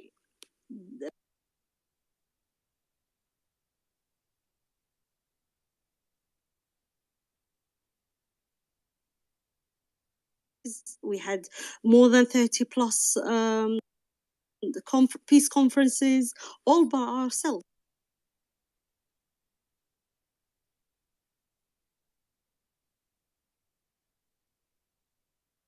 Again, many other countries that had problems and still have problems. That the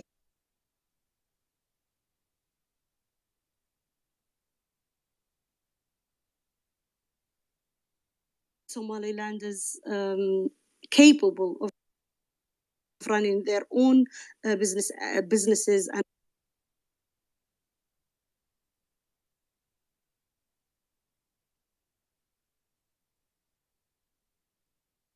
significant. The other thing that I wanted to mention, which is very important to mention,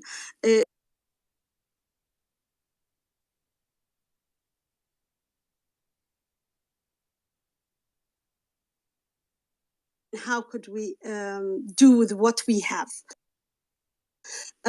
Somaliland has been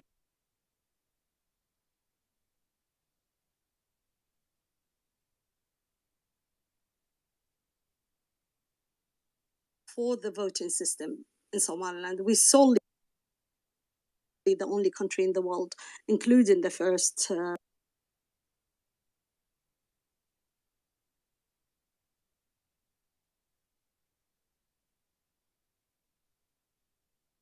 proudly, simply because it's an achievement for a small, unrecognized country and an achievement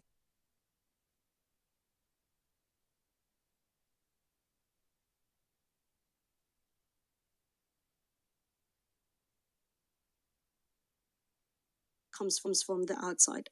And at the same time, we've got resources, we've got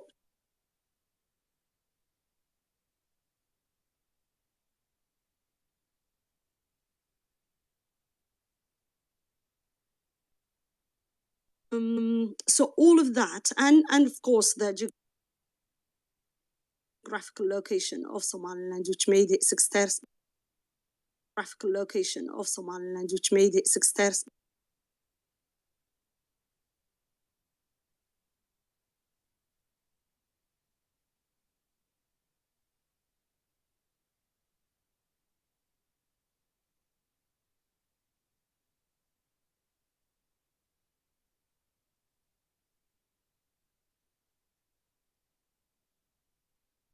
that can be provided by Somalilanders,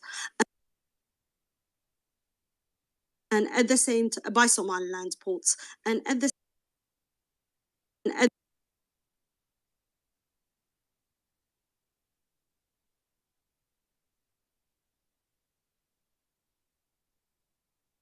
especially now at this stage where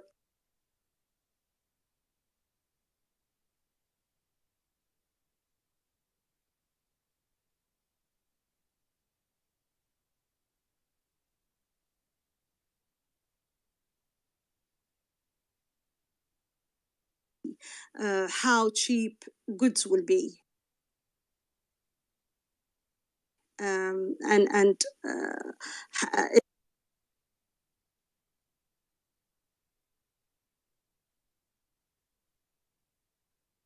in Ethiopia, and in Somaliland.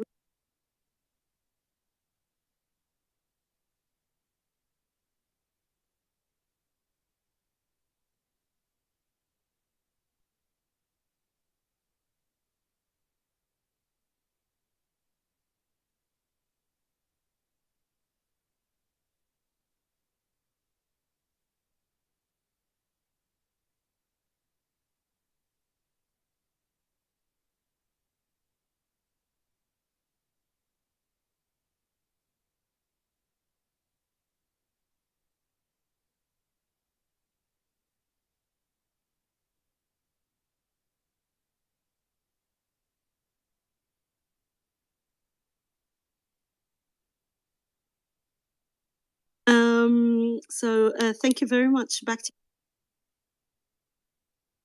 you. Thank you very much. Thank you very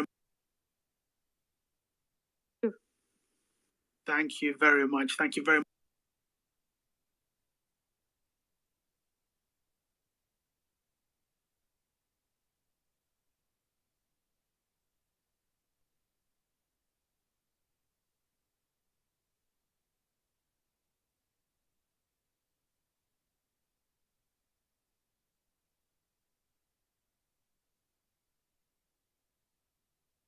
A lot of maps and knowledge on is the etymology of the word or the name Somalia.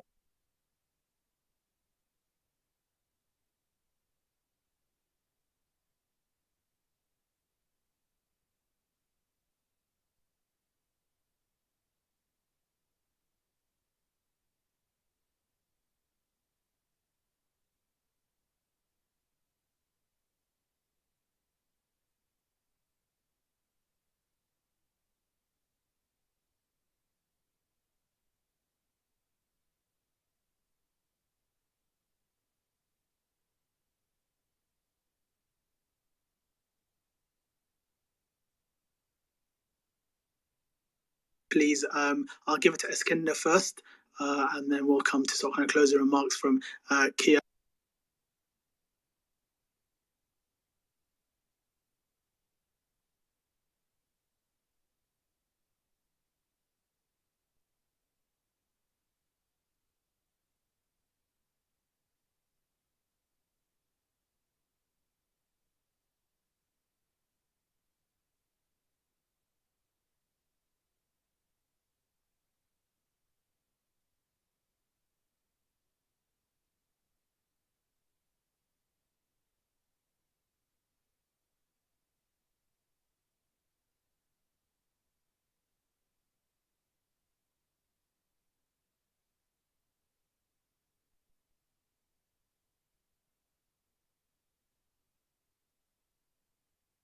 Us from promoting or advancing our our geopolitical interests or our internal interests, and in our interest in at the wider world.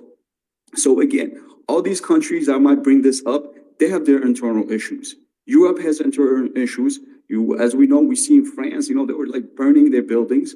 We see in America has their internal issues. I live in America. It was just a few years ago, we had National Guards, roaming through my streets, and I had to, have like a National Guard protecting me while I go grocery shop. So again, just because, we have our internal issues doesn't mean our geopolitical interests cannot be advanced or met. So, that notion that they're going to, propagate, or this narrative they're going to propagate, we can debunk that by, stating those things. And also, this is, all the other countries in East Africa, instead of going against us, they should be collaborating with us to make sure these particular waters, these vital waters, are protected. These shipping lines are protected. That's bringing goods around the world. Not just for us, across the world. So, we're speaking of Egypt. Egypt should, it behooves Egypt to work with us instead of being naysayers and negative on this deal. They should be working with us because, it benefits them more than anybody to have Ethiopia patrol these waters, protect it with us, in collaboration with us. And so is Somalia. So we have no, ill word towards Somalia. So they should be working with us to make sure there's no pirates roaming these waters. And also there's no illegal fishery that's being, as we know, that's being conducted by multiple countries. And they're also dumping, toxins in these waters that are affecting us in the seashore, our, pristine seashores. So again, instead of them being naysayers into this deal, they should, be objective and be, forward-minded and, collaborate with us to make sure these interests are met, and again, and so you would see any Ethiopians that reject this or, are against this, they either have alternative motive, they are either ethno-extremist, or they are just weak-minded. Because only weak-minded person would think this does not benefit their neighborhood, would not benefit their country, would not benefit their region. So please, don't mind these weak-minded people. We know what, majority Ethiopians, regardless, this is going to transcend any administration. Any administration that comes in the future is not going to bypass this agreement. It's not going to forego this agreement because you'll be crippling your generations to come. We Ethiopians been looking for this agreement for a long time. And some of us been agitated. It has been pushed. But, thank God now, unfortunately, because of you guys and, the way that you guys want to collaborate with us, this is, has been, is at forefront now. So we're glad. And, so again, don't worry about Ethiopians. Like they're going to be naysayers and stuff like that because they're either extremists or, like I said, they're weak-minded and they're not foreseeing, what benefit will come for future generation and internally. So again, man, I appreciate you guys. I appreciate how resolute you guys are.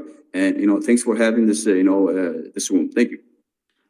Thank you very much, Iskandar. And just really quickly on that point, actually, it's important to stress that off the Somaliland shores, there's been not one piracy incident.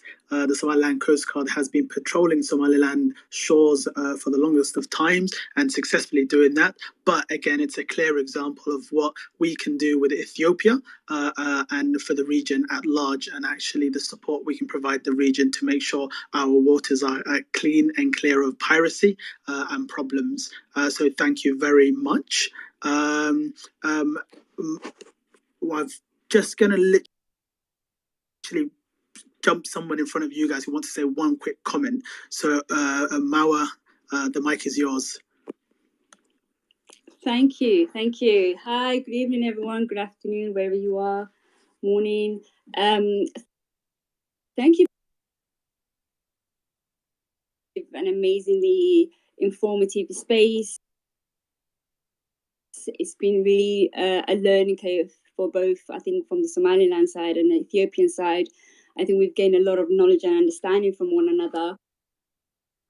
And I think we need each other to support each other through this ordeal.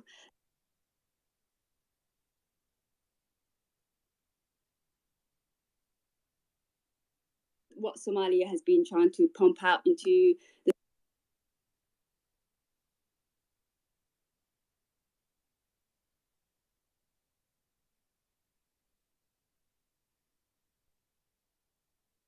and really shape people's minds about this deal and how it would be negative for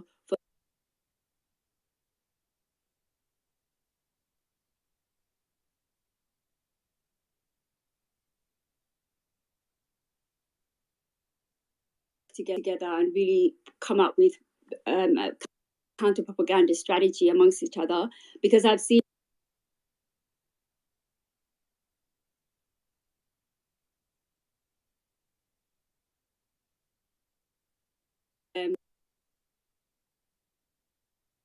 managed to penetrate through that propaganda. So I think we need to really be mindful of that. You've gained a lot of knowledge and understanding.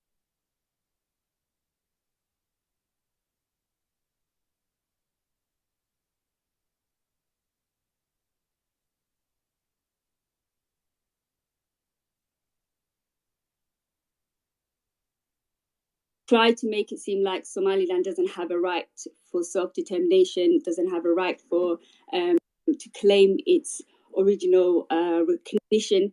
And I think a lot of information had been passed on through this space today. There's the people have been putting up the Somaliland's independence.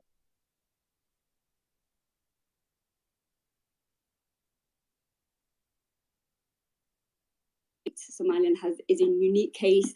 It's not a secessionist state. So I think when we see misinformation,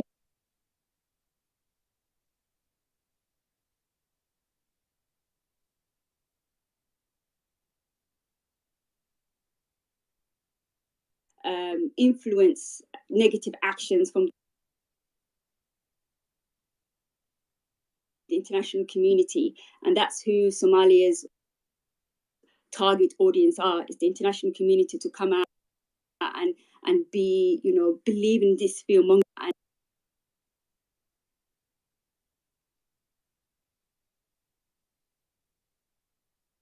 need to powerful when we do it together collectively, and we have the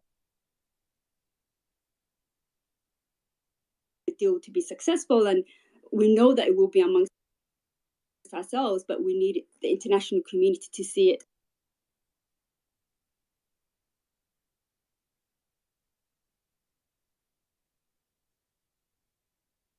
Really quickly to sort of kind of share with us. So I'm going to give him the mic for like 30 seconds and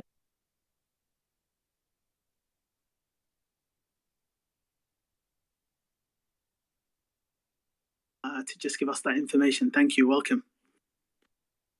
Yes. Thank you very much, Sharma.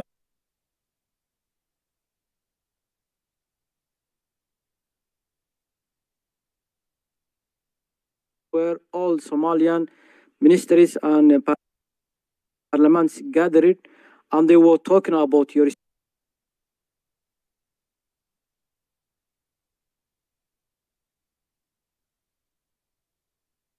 last day. Somaliland, they were talking about how Ethiopia, opened their border when there was a challenge.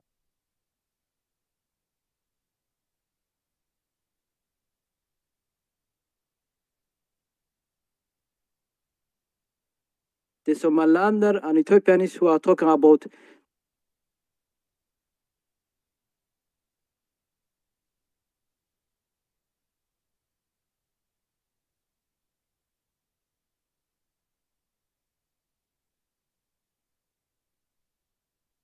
of the failed state of Somalia were talking about your space. So don't stop talking about the historical your space. So don't stop talking about the historical.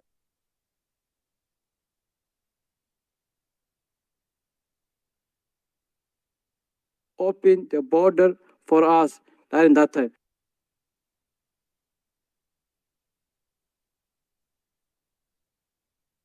So thank you, Sharmake. You have to.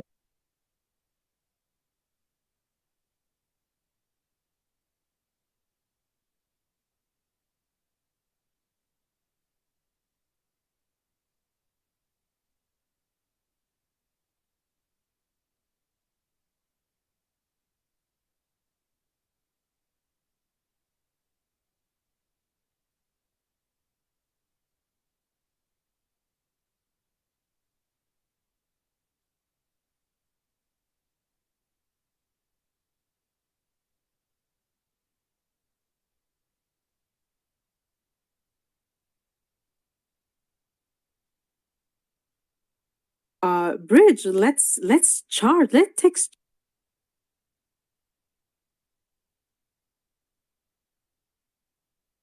Let's take charge and bridge the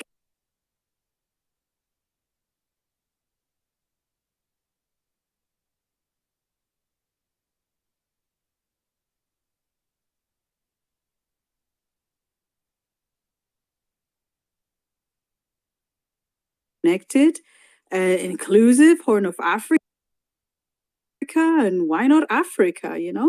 And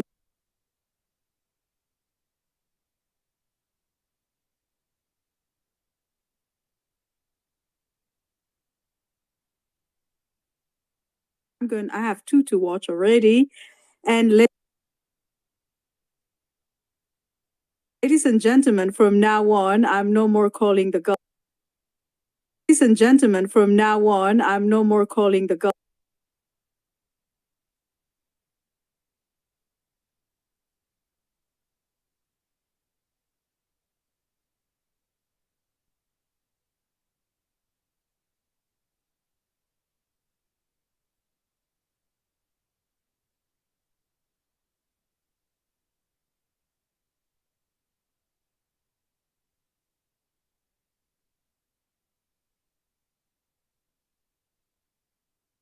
Has been for Ethiopians so much erosion.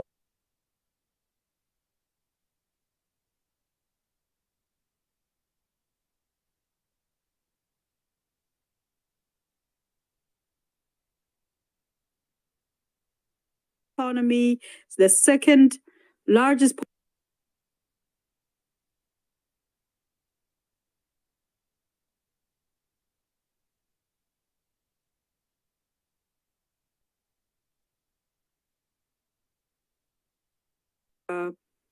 the lifestyle that GERD is about to unleash.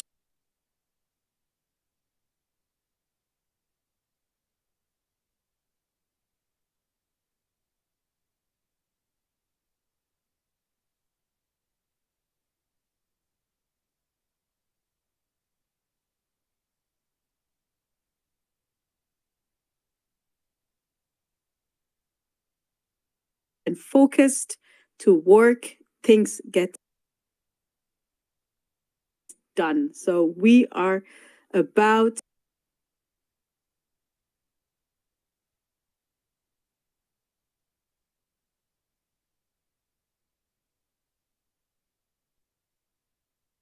and the good news and still celebrating.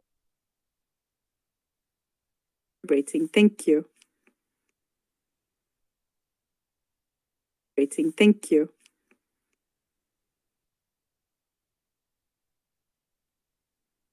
Thank you very much, Hermela. What we're going to do.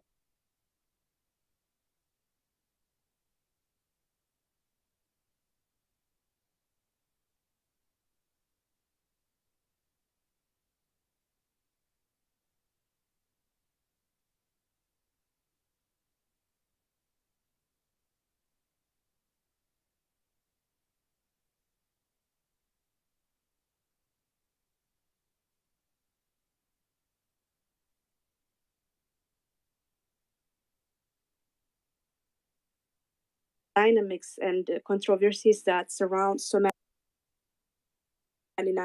independence. The foundational principle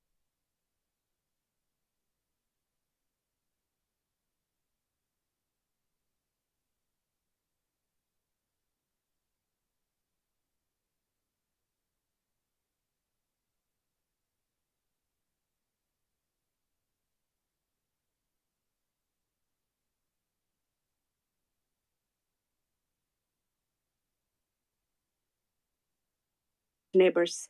The commitment to recognize Somaliland will only to come to terms with logic and reality and drop the empty rhetoric and bravado that would only lead to unnecessary escalation of tensions. Peace. I wish peace and prosperity to all nations of the Horn of Africa and peace to all of you. Thank you very much. I'm very much happy that I'm able to co-host with you, Sharmak, even though if it was if it was for a short while. I hope looking forward to host more spaces to talk more, to learn more from you guys. As I said earlier, I have learned a lot from you guys. I'm sure we'll have more spaces like this one because it's very much educational. So we need it, and thank you. That's why we are the subject of the day. Thank you, everyone. Thank you very much, Kia. And our final comment for the day to Dr. Adali. Thank you, everyone. Thank you so much. It's been a wonderful space. It's been great listening to all of you. We've had speakers from Ethiopia, from Uganda, from America, United States, UK, all over the world, from the Middle East countries. So it's been a phenomenal space. You all doing a great job. So just a quick recap. This is a very long recording. You know, people might listen at different times. We have 300, 400, 500 people here. So I want to just briefly summarize, what have we discussed today? So we came together today to discuss the historic agreement, memorandum of understanding between the Federal Republic of Ethiopia and the Republic of Somaliland, two neighboring countries, two friendly, peace-loving, development-focused countries in East Africa, in the Horn of Africa. They've reached an agreement to solve the biggest economic, political, and security issue that both countries face. Ethiopia is a country of 120 million people. The biggest challenge they face is being landlocked. A huge country that is almost the size of Western Europe, with 120 million people, that is landlocked, does not have access to the coastline or a port of its own. Neighboring Somaliland, a country of 7 million people, that is the size of England and Wales, larger than the US state of Florida, that is excluded from the global community of nations because it is considered that it's not recognized internationally. So the two neighboring countries have come together. They've said, I can solve your problem, you can solve my problem.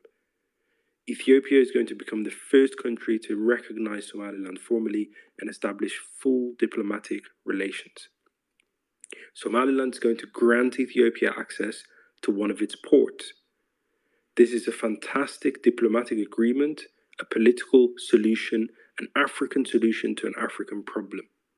It is a win-win agreement that came about not through violence, not through war, not through the barrel of a gun, but that came through a pen, a paper, and a conversation, having a discussion, a negotiation between two friendly countries. This is the kind of agreement that we should aspire for, African countries, to peacefully, diplomatically, and politically solve their problems rather than through war and conflict. This is very unique in the Horn of Africa, which is a volatile region.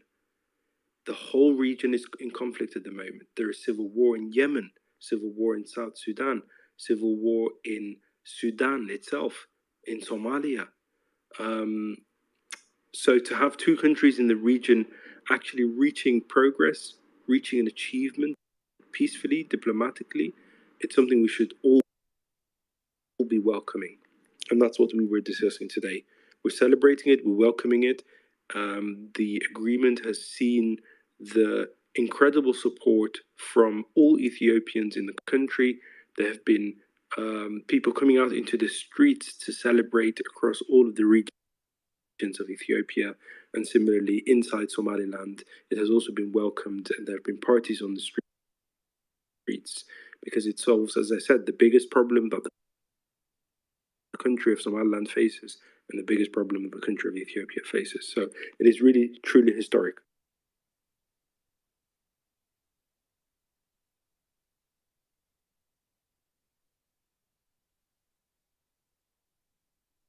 Not in similarities in the names, but that's not unique to them. Congo and Democratic Republic of Congo are not the same country, despite the similarity in the names. And yes, Somalia has a lot of misinformation, propaganda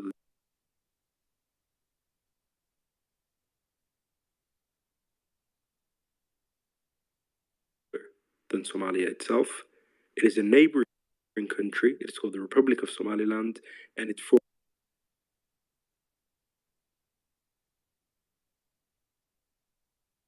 We've shared with you at the top the documents, the independence documents, the Treaty of Independence. We've shared with you the report from the African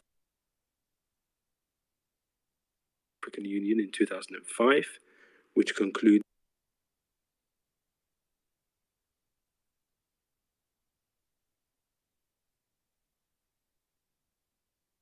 it does not pose any threat to any other country, whether in Africa or elsewhere. It doesn't open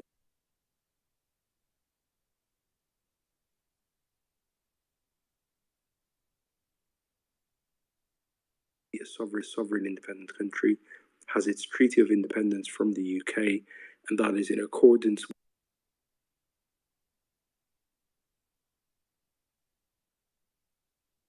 a colonial African country with its own borders that must be respected.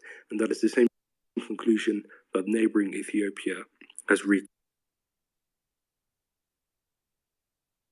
The key things that we want you to take away from my final message.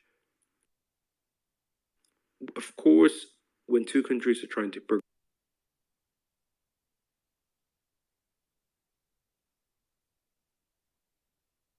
expansionist and they want to annex and incorporate Somaliland into their own country. Egypt is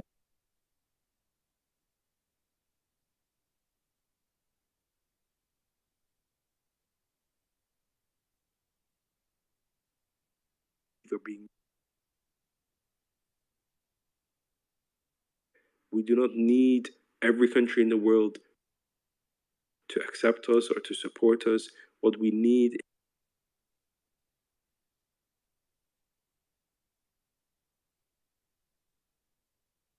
reach their own conclusions.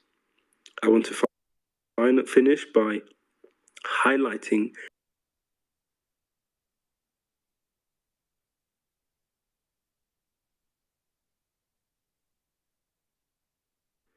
the EU, European Union has gone against. European Union has gone against this agreement between the two neighboring countries. A peaceful.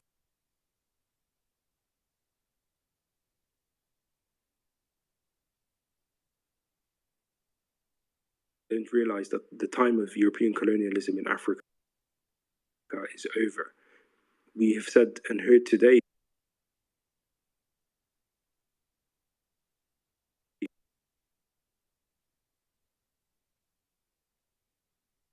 by European countries and Arab countries and be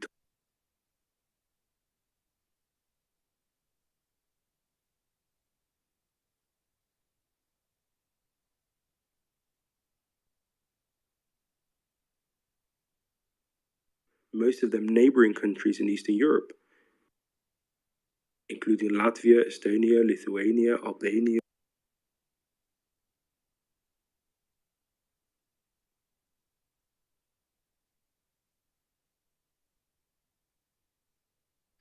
Do they take us for fools? We are not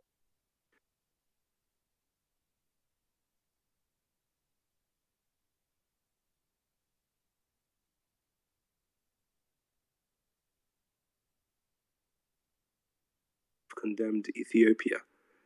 This is very hypocritical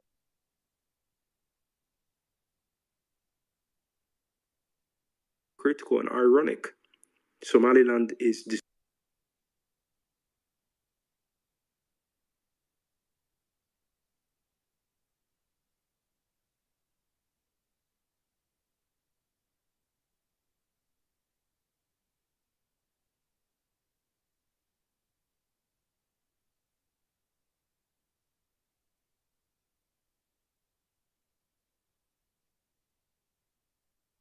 citizenship, their rights to travel the world, their right to sit on the United Nations and to interact with the rest, their right to sit on the United Nations and to interact with the rest.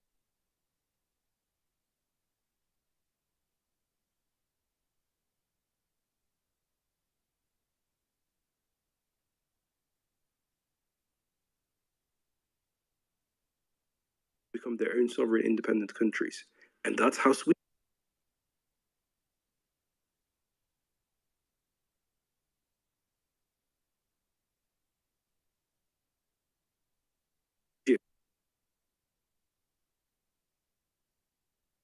dissolved that union because it was a failed state and it didn't work for them.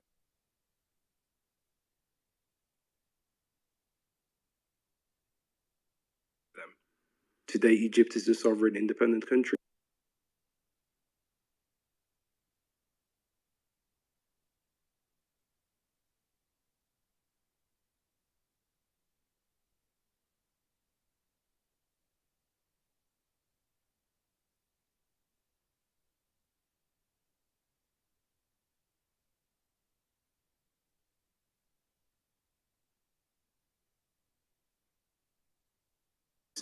Their right to being a country, just like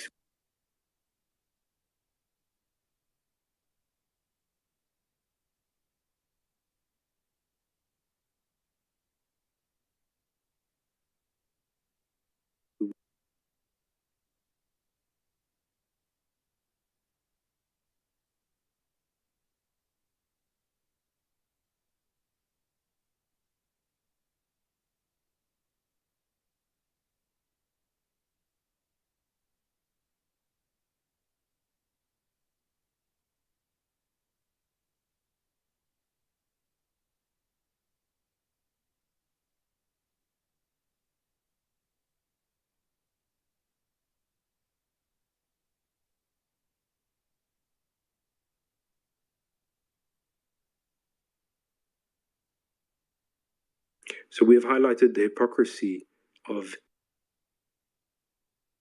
EU, the hypocrisy of Egypt, the hypocrisy of Sweden,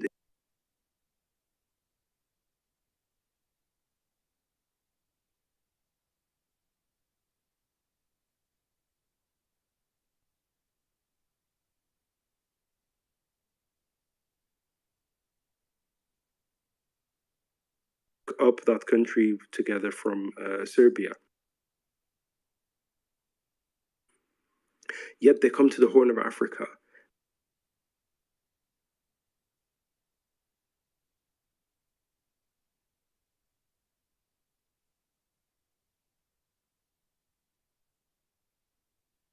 To all those other countries, including Northern Cyprus. Turkey is the only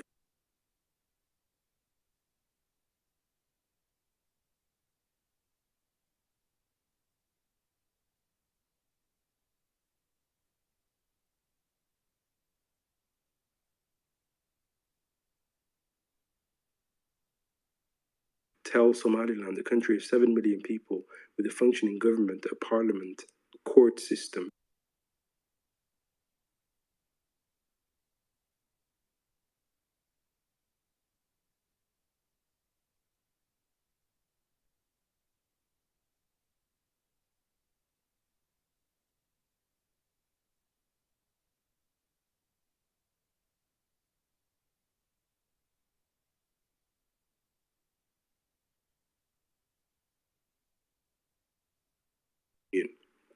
Just before I move on, finally, on Turkey, very hypocritical.